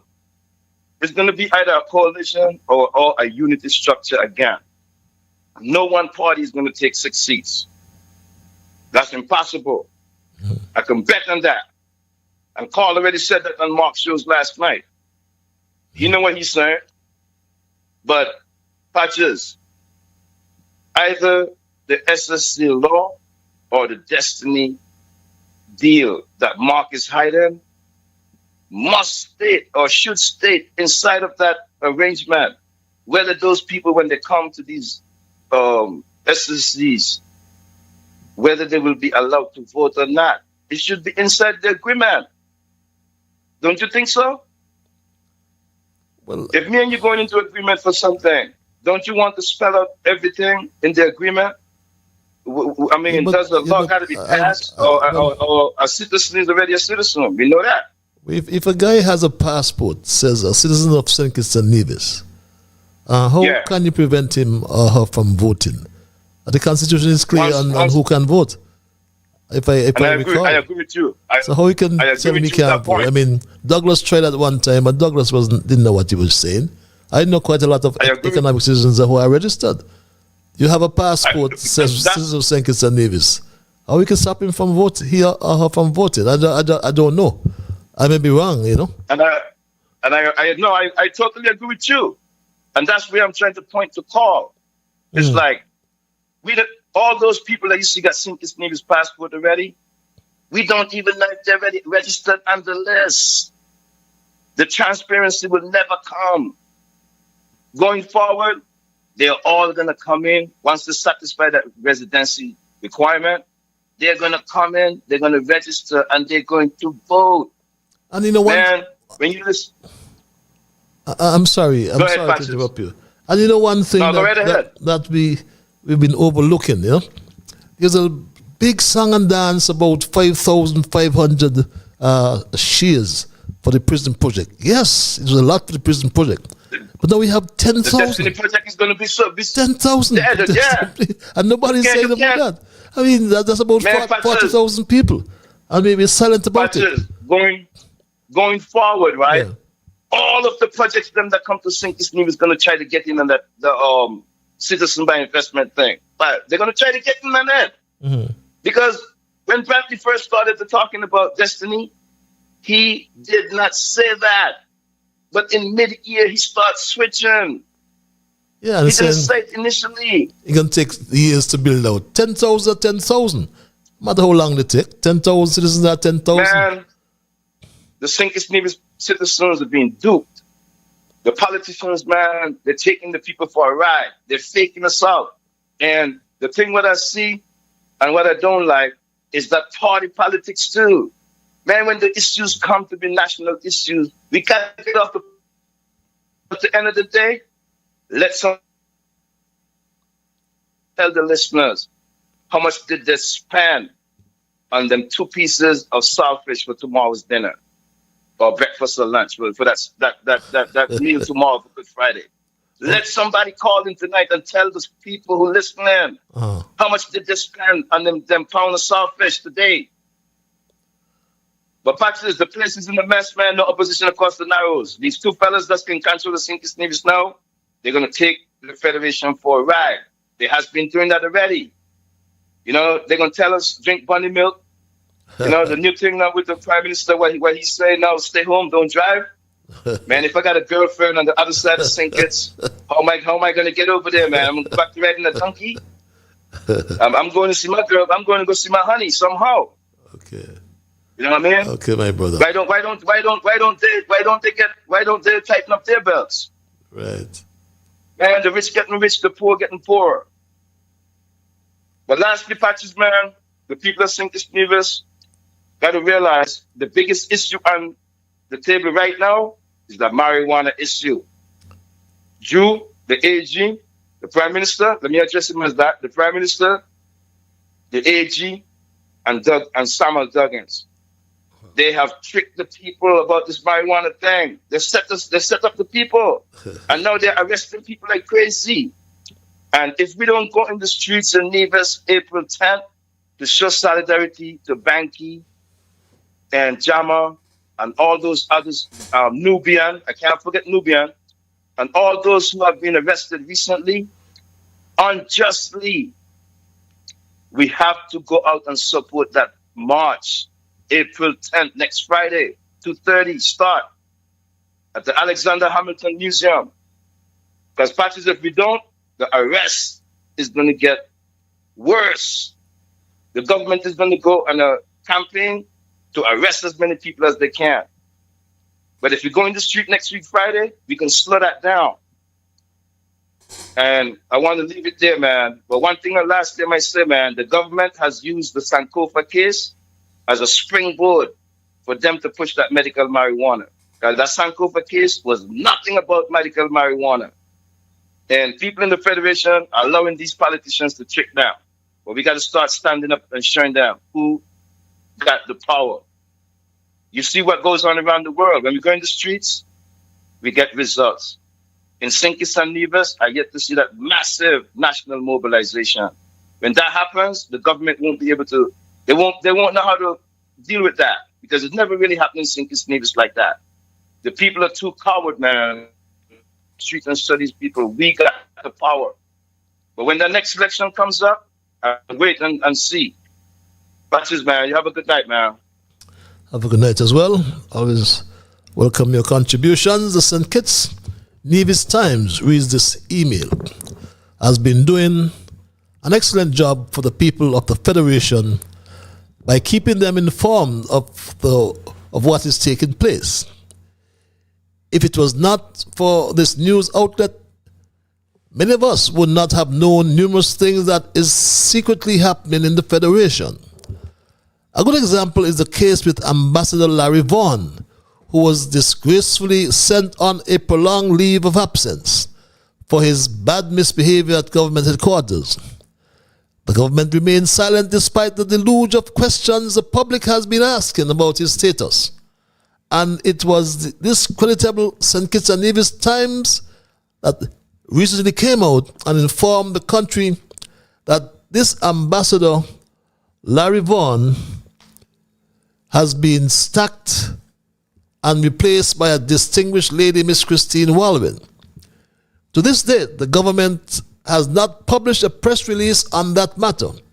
The editor must be highly praised and lauded for his intrepidity, courage, and boldness, because too many of us in this country are just cowards to speak out. Long live the Time and its editor reads this email. Caller, you're live. Hello, caller. Yes, Mr. Libert. Carly again. Mm-hmm. Mr. Libert, what is going on with this marijuana thing? The cabinet is so confused. Now, Mr. Libert, did we all remember? I think it was last year or 2024. The Prime Minister appointed the Honorable Samuel Duggins as the Minister for the Cannabis, because they claim that it also falls under the Ministry of Agriculture. No patches. So then, if you have a minister for that, right, you fool the people, tell the people it is partially legalized. They even set up smoking zones. They even allow you to have 5 spliffs, 5 trees, and no patches. You come in and telling the people that the marijuana is not legalized, and you're now going into people's yard, pulling up the trees and charging them for cultivation and intent to sell. You have a committee, you put an independent committee, and you put a number of things in place. And why is this, Patrick, that the government want to control the marijuana industry? It should not be controlled by the government. It should be controlled by an independent board and the planters and the people who have license and things. The government only supposed to collect its taxes. Why is it the government want to take it over and control it? They're not supposed to be the controller of it. They're just supposed to collect the taxes and things that come from it. And if they can assist with any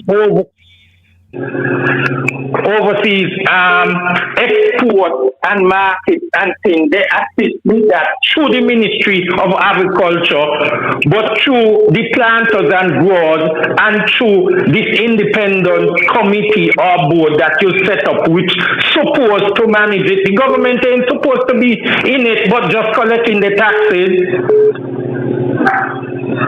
And the Prime Minister having a lot of talk on the marijuana, and you have a minister. You realize that, Patrick, the minister is saying one thing, who is put in charge of the marijuana. The Prime Minister is saying something else, the Attorney General is saying something else. What is going on? Who really running the show? Because this seems to be a Sesame Street thing. Because 1 month they will come and tell you, oh, it is partially legalized. We're going into medical marijuana. Then they come and say no smoking in public places. When you look, everybody was smoking everywhere. They love that. The police them was so confused and still so confused. They don't know when to give a ticket, who to arrest, who to lock up. And now they turn it over now and want to command the police them to go and lock up people. What they really want. What they really saying. And we are saying the government must not be the controller of the marijuana industry.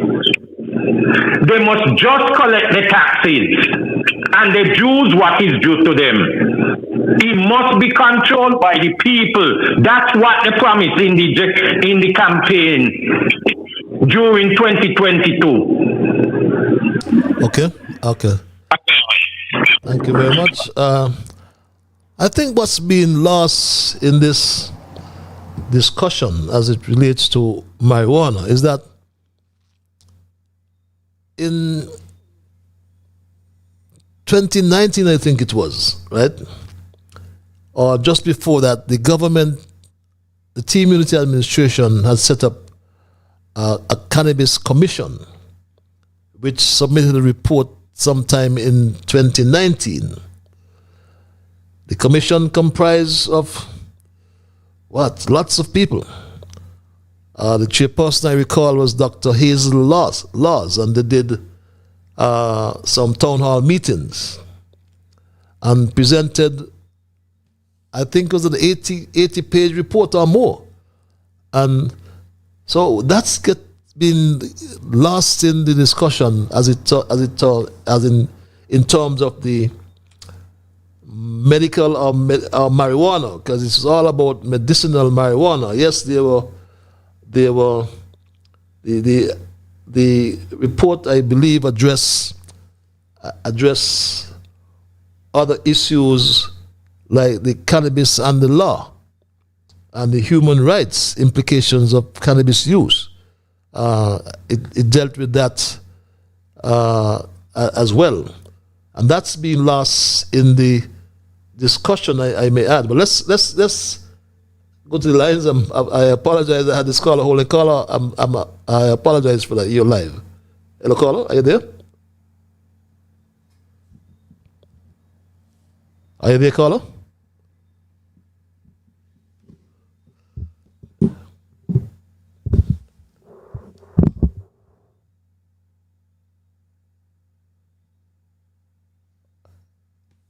Are you there, caller? Hello, caller?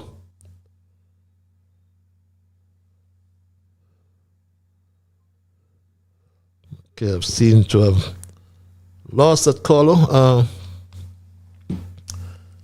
Let's see what's happening with my line here. Forgive me for that caller. I seem to have inadvertently disconnected that call. But let's see what's happening. The lines are open. You can forgive me for that little issue we had with a call. Caller, you're live. Hello, caller. Mr. Patches, greetings, Mr. Patches. How are you? I am peaceful. I'm sorry for that mix-up just now. Good to hear you. No problem. I'm here. Mm-hmm. Just before I say something on your observation post for tonight, I would just want to sub in a little vibes. Garbage collection, Mr. Patches. For instance, we as a people, from years gone back, the sweep we had, that's like is a principle about the people who have homes and have a yard to sweep in whatever way. And I must say everybody in this country, from top to bottom, have some kind of tree in their yard. True. So somewhere along the line, when you sweep your yard, bush won't be in your garbage, because we call it garbage. Yes. Recently, they say separate the bush from the other commodity, regular commodities of the household. Mm-hmm. Now you put in the bush in a separate bag and the other commodities in a separate bag. They're taking the other commodities and leaving the bush.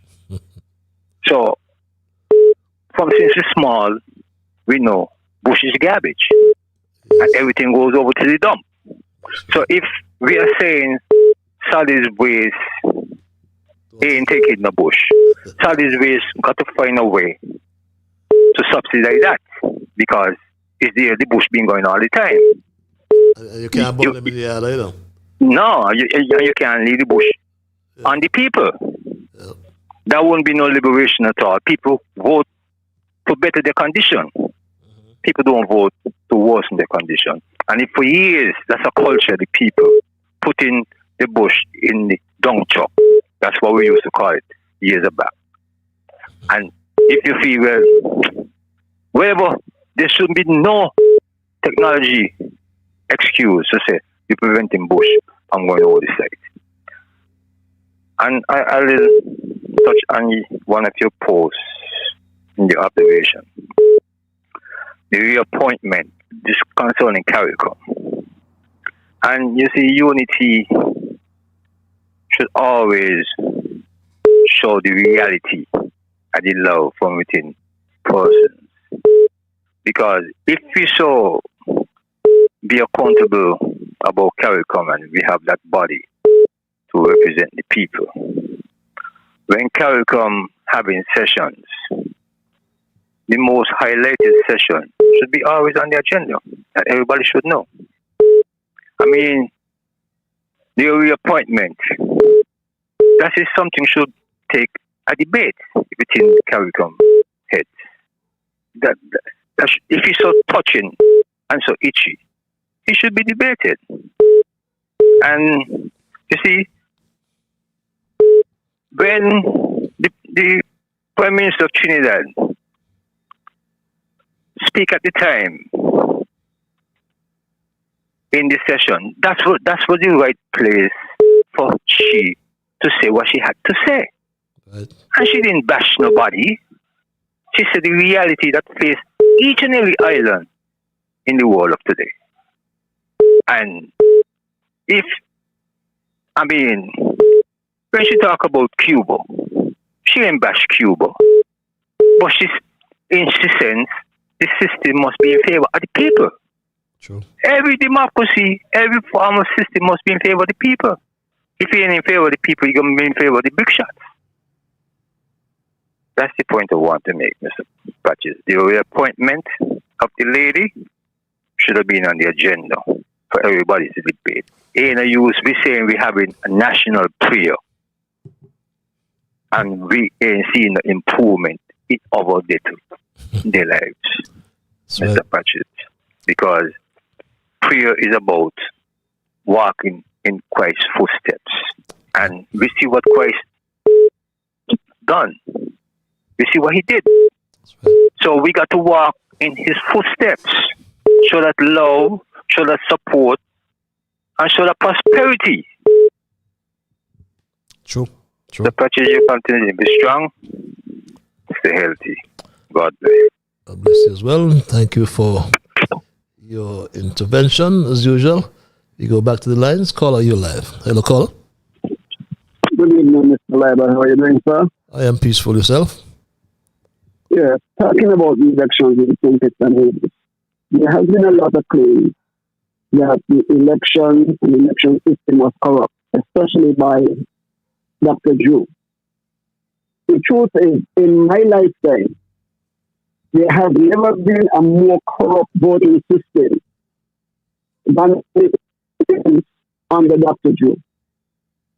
Speaking from an individual point of view, we had two elections in 2022, one in August, one in December. In August, we used voter ID to vote. It was a requirement going backward. By December 2022, when the election was unneeded, we were told that there was no longer a requirement for voter ID. So we ran an election in August on voter ID. But in December, on Nevis, there was no voter ID.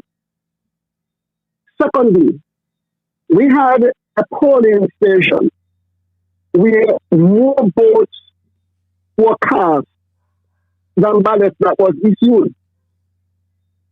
And somehow the supervisor of election still finds it possible to certify that election.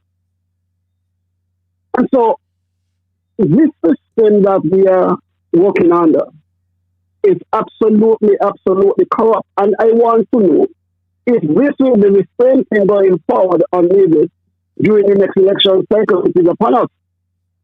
If again, divisions will have to vote without ID, while divisions use ID. When you say, sorry to interrupt you, divisions didn't have to present no form of identification before the vote? Polling agent. And we were told that there was no ID requirement. The only thing that the voter had to do was to come in, put up their arms and say that my name is Patrick Driver, and that was it. Yeah. Okay? That is in August. That is in December. Still, interesting. On top of that, Patrick, there was in one polling division, where more ballot was cast. Yeah, I heard of that, yeah. Now that was issued. Okay, so how is it that the supervisor of election could endorse that election as free and fair when there was gross corruption? The thing is, before we reached the stage where they said that we didn't have to vote, it was voter ID. When the news broke, we wrote to the Attorney General. He did not respond. Up to today, he has not responded. We wrote to the Prime Minister. Up to now, he has not responded. And so they were part of this cabal in having elections done on Nevis in the most corrupt manner. But we have been complaining about the flaws and the corruption that is taking place in Local City Nevis. And there's absolutely nothing has been done when it comes to that. I cannot confirm, but we are hearing that there are persons who find themselves in Nevis vote for the very first time. And when they showed up on Nevis for the very first time in their life, they showed up with a voter ID. But still they were not required to use those IDs to vote. Something is absolutely wrong. The last thing I want to say about Destiny now is that the Premier of Nevis is supporting a land grab for his friend, Mr. Janssen. That is one part of it. It's a land grab. And this guy decided he wants land on the south of Nevis, and he wants every square inch that is there for himself. And the Premier of Nevis is supporting that. The second thing, that this can be worse than the apartheid system in South Africa if this ever becomes a reality. In South Africa, the minority was ruled, the majority was ruled by the minority. In that we had majority black was ruled and dominated by the white. If Johnson has his way, where he's going to bring in 10,000 families, speaking about 30 to 40,000 persons inhabited those places, then they will become the majority on Nevis, and we will be the minority on Nevis. And this is something that is supported by the Premier of Nevis, promoted by the Premier of Nevis, and we must ask the question, is he doing this for free? Is it because it's a belief that is good for Nevis? Or is he doing it because he and his family stands to make up like 200 or 300 or 400 bandits? It's a question that people must understand. Thank you. Thank you very much. Very important question. The Brantley household stands to benefit. That's the conclusion to that question. I'm a little baffled about voting without an ID, though. Mr. Premier reads this email. Stop trying to fool and mislead some people. I realize for the longest while you have been making a false and lying statement about Four Seasons Hotel. When it was proposed by Premier Sim Daniel to bring the said project on stream. You are lying, Mr. Brantley, to say that Nevisians was against the hotel, claiming that they were arguing about how they're going to catch crabs now and pick coconuts. NRP and the people of Nevis welcomed and was very jubilant and the euphoria mood when Sim Daniel made the announcement. Nevis never had a payday before. When Daniel made this revelation at the public meeting at the base in Charlestown, that this hotel will give Nevisians a payday, similar St. Kitts Sugar Factory payday. It was a euphoric moment that penetrated the crowd. It was Mark Brantley and some of his CCM supporters who started this weird talk about people will not be able to catch crabs and pick coconut no more. Mark, you really lie. Dangerous, wicked, and bad.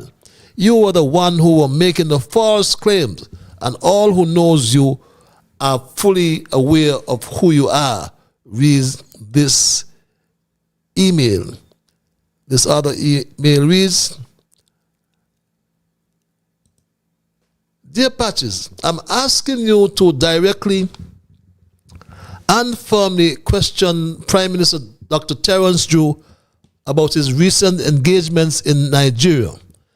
There is deep concern among citizens about who he met with and what due diligence was done before those interactions took place.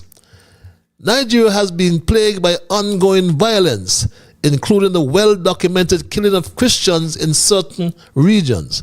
In that context, it's entirely reasonable to demand clarity. Can the Prime Minister state plainly who arranged his meetings and whether any background checks were conducted on the individuals or groups he interacted with? Can he guarantee that none of these persons have any connection, direct or indirect, to extremist groups such as Boko Haram? This is not a trivial matter. When a sitting Prime Minister engages internationally, especially in regions facing serious security challenges, the public deserves full transparency. Will he release the names of those he met and the purpose of each meeting? Will he provide evidence that proper vetting took place? Please do not allow vague answers. Press him until the public gets clear and direct responses, reads this other email. Dear Patches, you really have to commend Prime Minister Terence Drew for his groundbreaking economic strategy. While the cost of living tightens its grip and fuel prices squeeze the life out of ordinary people, he has boldly stepped forward with a solution nobody saw coming.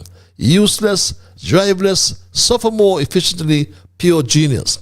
Meanwhile, over in Antigua and Barbuda, Gaston Brown is clearly getting it all wrong by shielding his citizens and absorbing financial blows to keep them afloat. And in Anguilla, Cora Richardson Hodge must have missed the memo entirely, slashing costs and easing burdens instead of offering motivational speeches about sacrifice.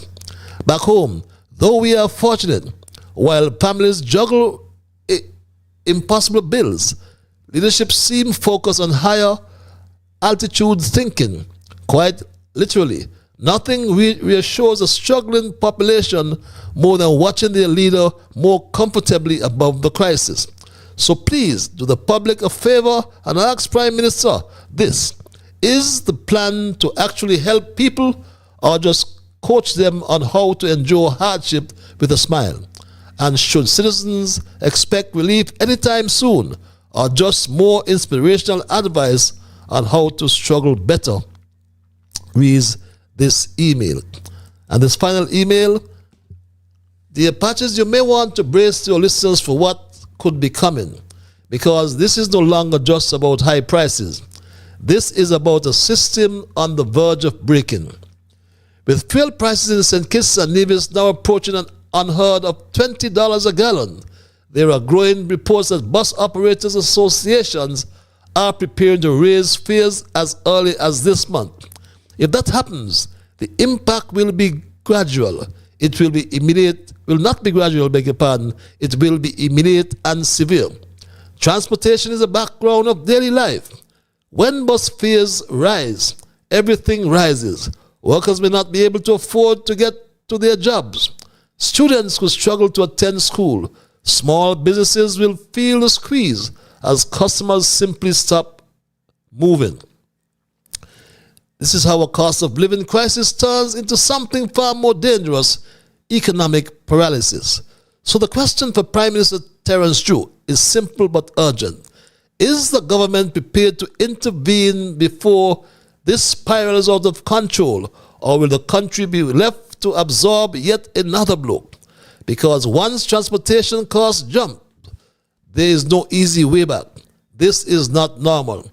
This is unprecedented, and if ignored, this could trigger chain reaction that affects every single household reads this email. And that's going to do it for our emails and my Straight Talk family as we wind down tonight's programming, because hear what? I'm out of time. And perhaps I'll take maybe one more call. But just to inform you that as I started, I shall end. As I said from my introduction, I had already committed to be here with you this Thursday, overlooking the fact that it was Holy Thursday. That's why my caption, a call for peace, truth, and dignity. Holy Thursday, also called Maundy Thursday. Christians around the world commemorate events from the Last Supper before the crucifixion of Christ. I thus made a promise to be here, so here am I. Caller, I'm going to guide you by the rules of brevity. You're live. Hello, yeah, caller? Patches, lastly, let me get one more minute in, man. Yes, just quickly. please. That email you read just now is right on point. You know, we can look at Cuba all we want and say that things over there is bad and they're suffering with that fuel blockade. But if that Iran war continues, we're going to feel the pinch in Sinkis and Nevis. Believe that, Patches. Already the local economy is not turning. Now, these guys, they haven't done the right thing. They didn't invest in agriculture. They didn't diversify. All them companies that was offshore, when this government was campaigning, they didn't come ashore yet. So if this Iran war continues, and it will continue, when we listened to Trump last night, it's going to continue. We're going to feel the pinch on the ground.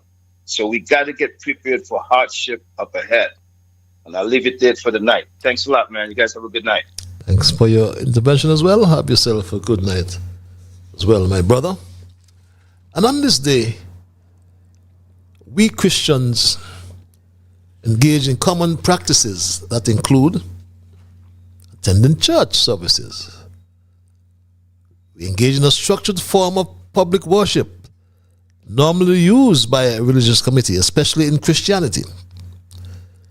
Special liturgies are held, often in the evening, like this evening at my church, focusing on Jesus' final meal and his teachings.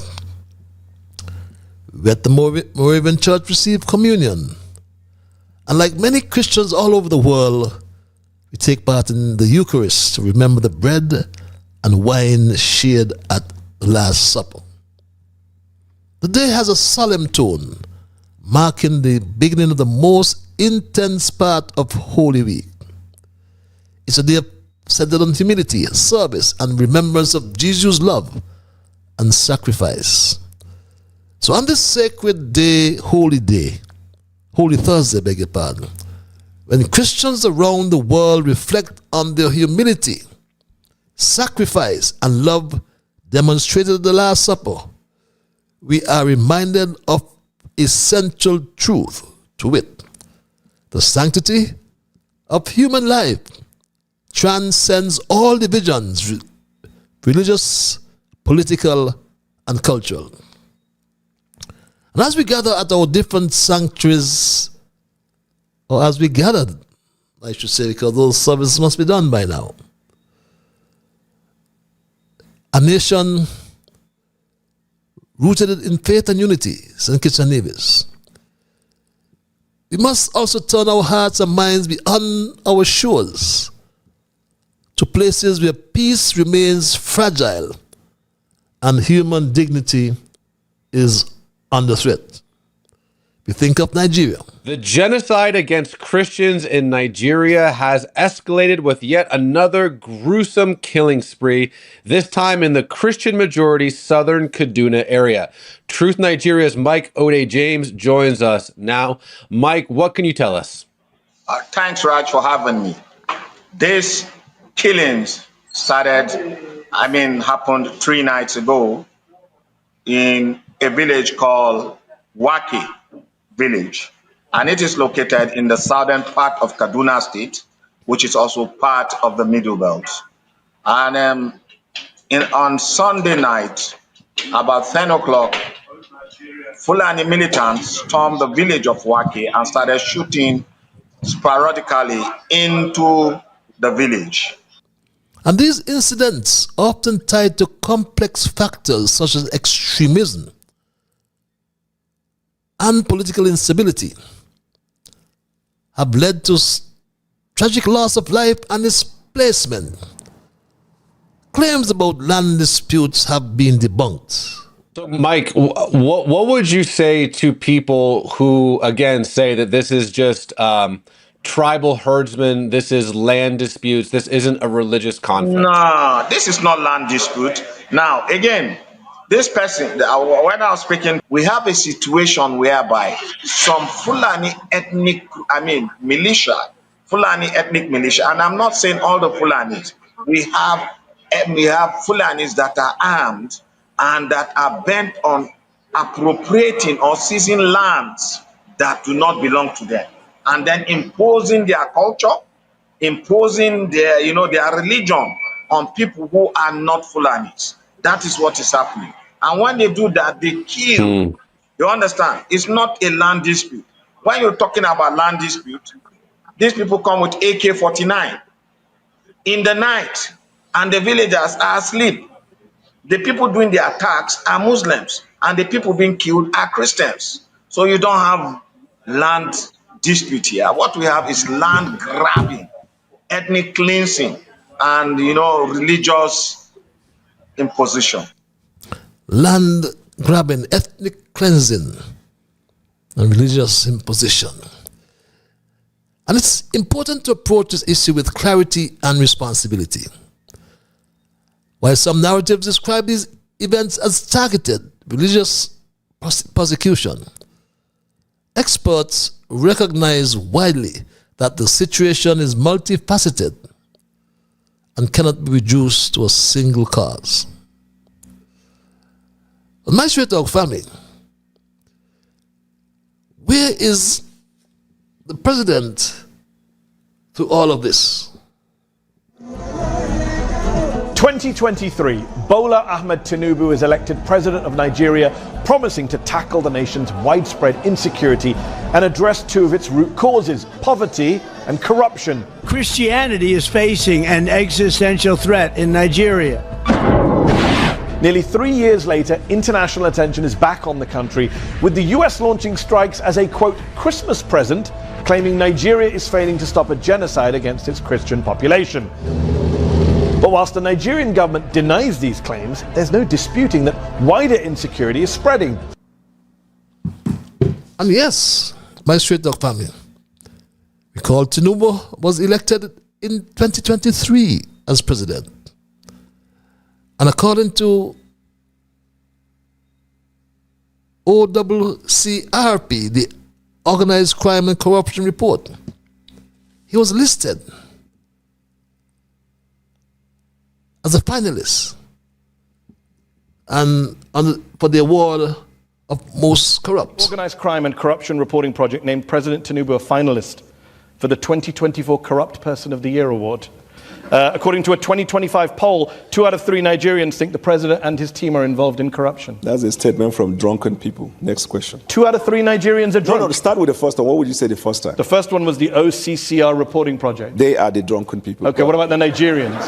Are they sober? Are 2 out of 3 Nigerians sober when they say you're president and you were involved in corruption? Nigerians are entitled to hold and express opinion. Yes, it and is it's in bad our for you. constitution. The fact that you express an opinion does not substantiate that opinion. I agree. On this Holy Thursday, as we conclude, let us remember that Jesus' message was one of radical love, in the face of violence and betrayal. That message calls us today not to inflame tensions, but to heal them. We therefore offer these recommendations for Christian communities. Continue to advocate for peace through prayer, outreach, and constructive dialogue, avoiding narratives that deepen division. For political leaders worldwide, prioritize diplomacy, protect religious freedom, and ensure that all citizens are treated with dignity and equality. For interfaith groups, build bridges through education, shared service projects, and open conversations that replace fear with understanding. Let this Holy Week not only be a time of remembrance, but a turning point toward reconciliation. On this Holy Thursday, we are called not to remember Christ's sacrifice, but to defend the dignity of every human life. Peace must rise above division, and faith must lead us to unity.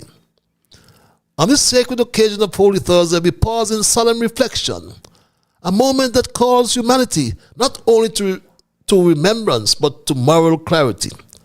As we approach tomorrow, Good Friday, we are reminded of the suffering, sacrifice, and boundless love of Jesus Christ, who gave us his life not for one people, not for one nation, but for all humankind, to save us from our sins. His message was simple, yet profound. Love thy neighbor, uphold truth, defend the oppressed, and honor the dignity of every human being. My Straight Talk family, while complexities exist in every nation, the preservation of human life and religious freedom must never be negotiable. President Bola Tinubu, Terrence Michael Drew, you have met him several times. He leads a nation of immense diversity and promise. But with that leadership comes a solemn obligation to protect all citizens equally, regardless of faith, and to ensure that justice is neither delayed nor denied. You met him. Why don't you ask him a question? It's always a pleasure for me to be here in Nigeria. I was here last year around this time, and I'm back again. And I want to thank His Excellency the President, who has been so gracious as a host. He has always welcomed me with open arms. And fellow CARICOM, I would say from the CARICOM, we are a member of the AU as well. We are the 6th region.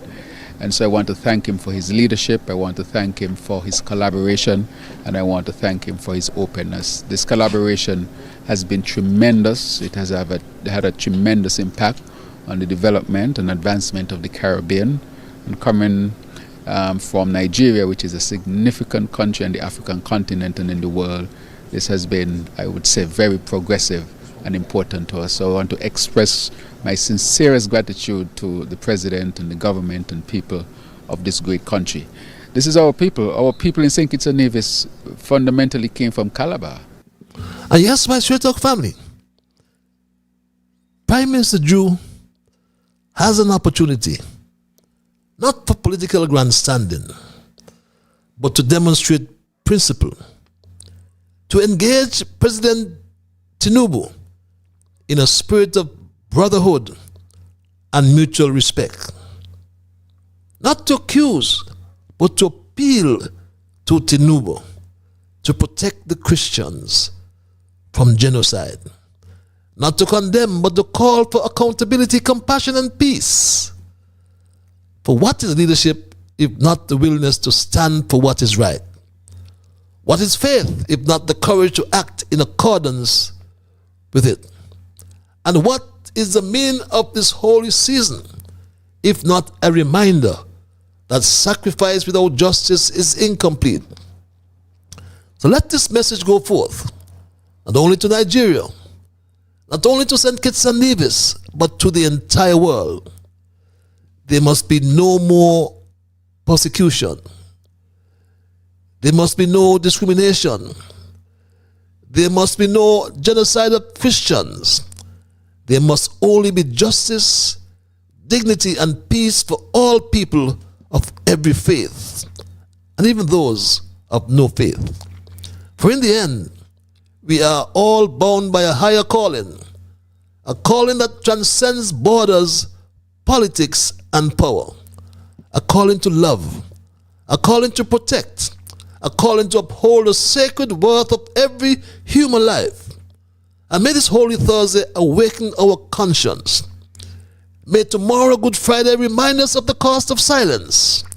And may we all find the courage to stand on the side of truth. On this holy day, or Holy Thursday, my Straight Dog family, we are all called not only to remember the sacrifice of Jesus Christ, but to defend the dignity of every human life. Peace must rise above division, and faith must lead us to unity.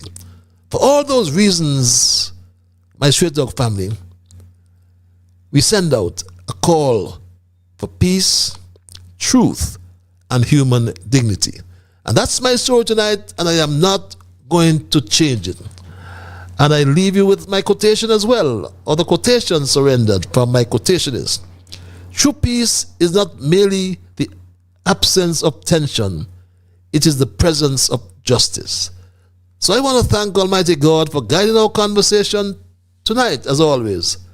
I want to thank the many viewers, listeners, those who call, those who send emails. Remember, you are the ones who make Straight Talk, and for that reason, I say a big, big thank you. I am Ian Patches Liber, and God's spear. We will connect next week, Thursday. Hear this. Next week, Thursday. Monday is Easter Monday, so we'll take a sabbatical until next week, Thursday. So until we connect, be good to yourself and to all whom you meet. Have yourselves a wonderful weekend. Go fry your kites. Go get your saltfish, those who can afford it. The saltfish price is high. Tradition, we have to lose it. And my Straight Dog family, remember, whatever your mind conceive, that you will achieve. But first of all, you got to believe. So when you wake in the morning, thank God for the morning light and thank Him for taking you through the night. And my Straight Dog family, until we connect next Thursday, keep moving on. Bye-bye.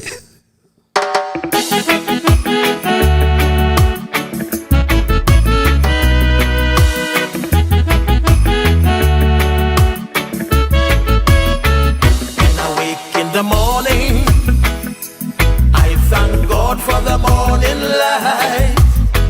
Give Him thanks and praises for taking me safely through the night.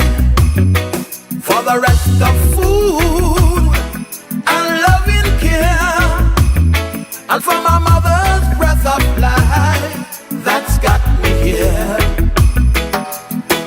So whatever my mind conceives, that I will achieve, you better believe, because I do the things I should, be to my brethren kind and good, the best I could.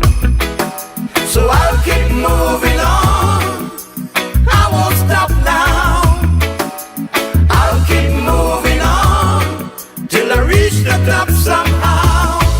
Down on my knees,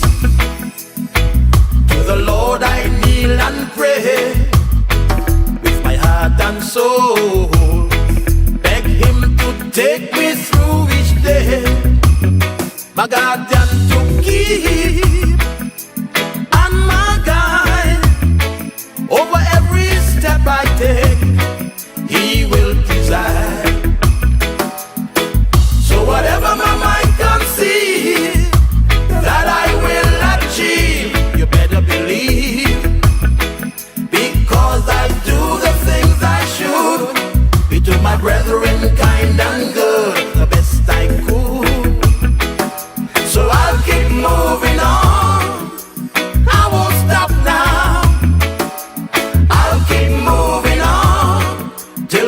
reach the top somehow.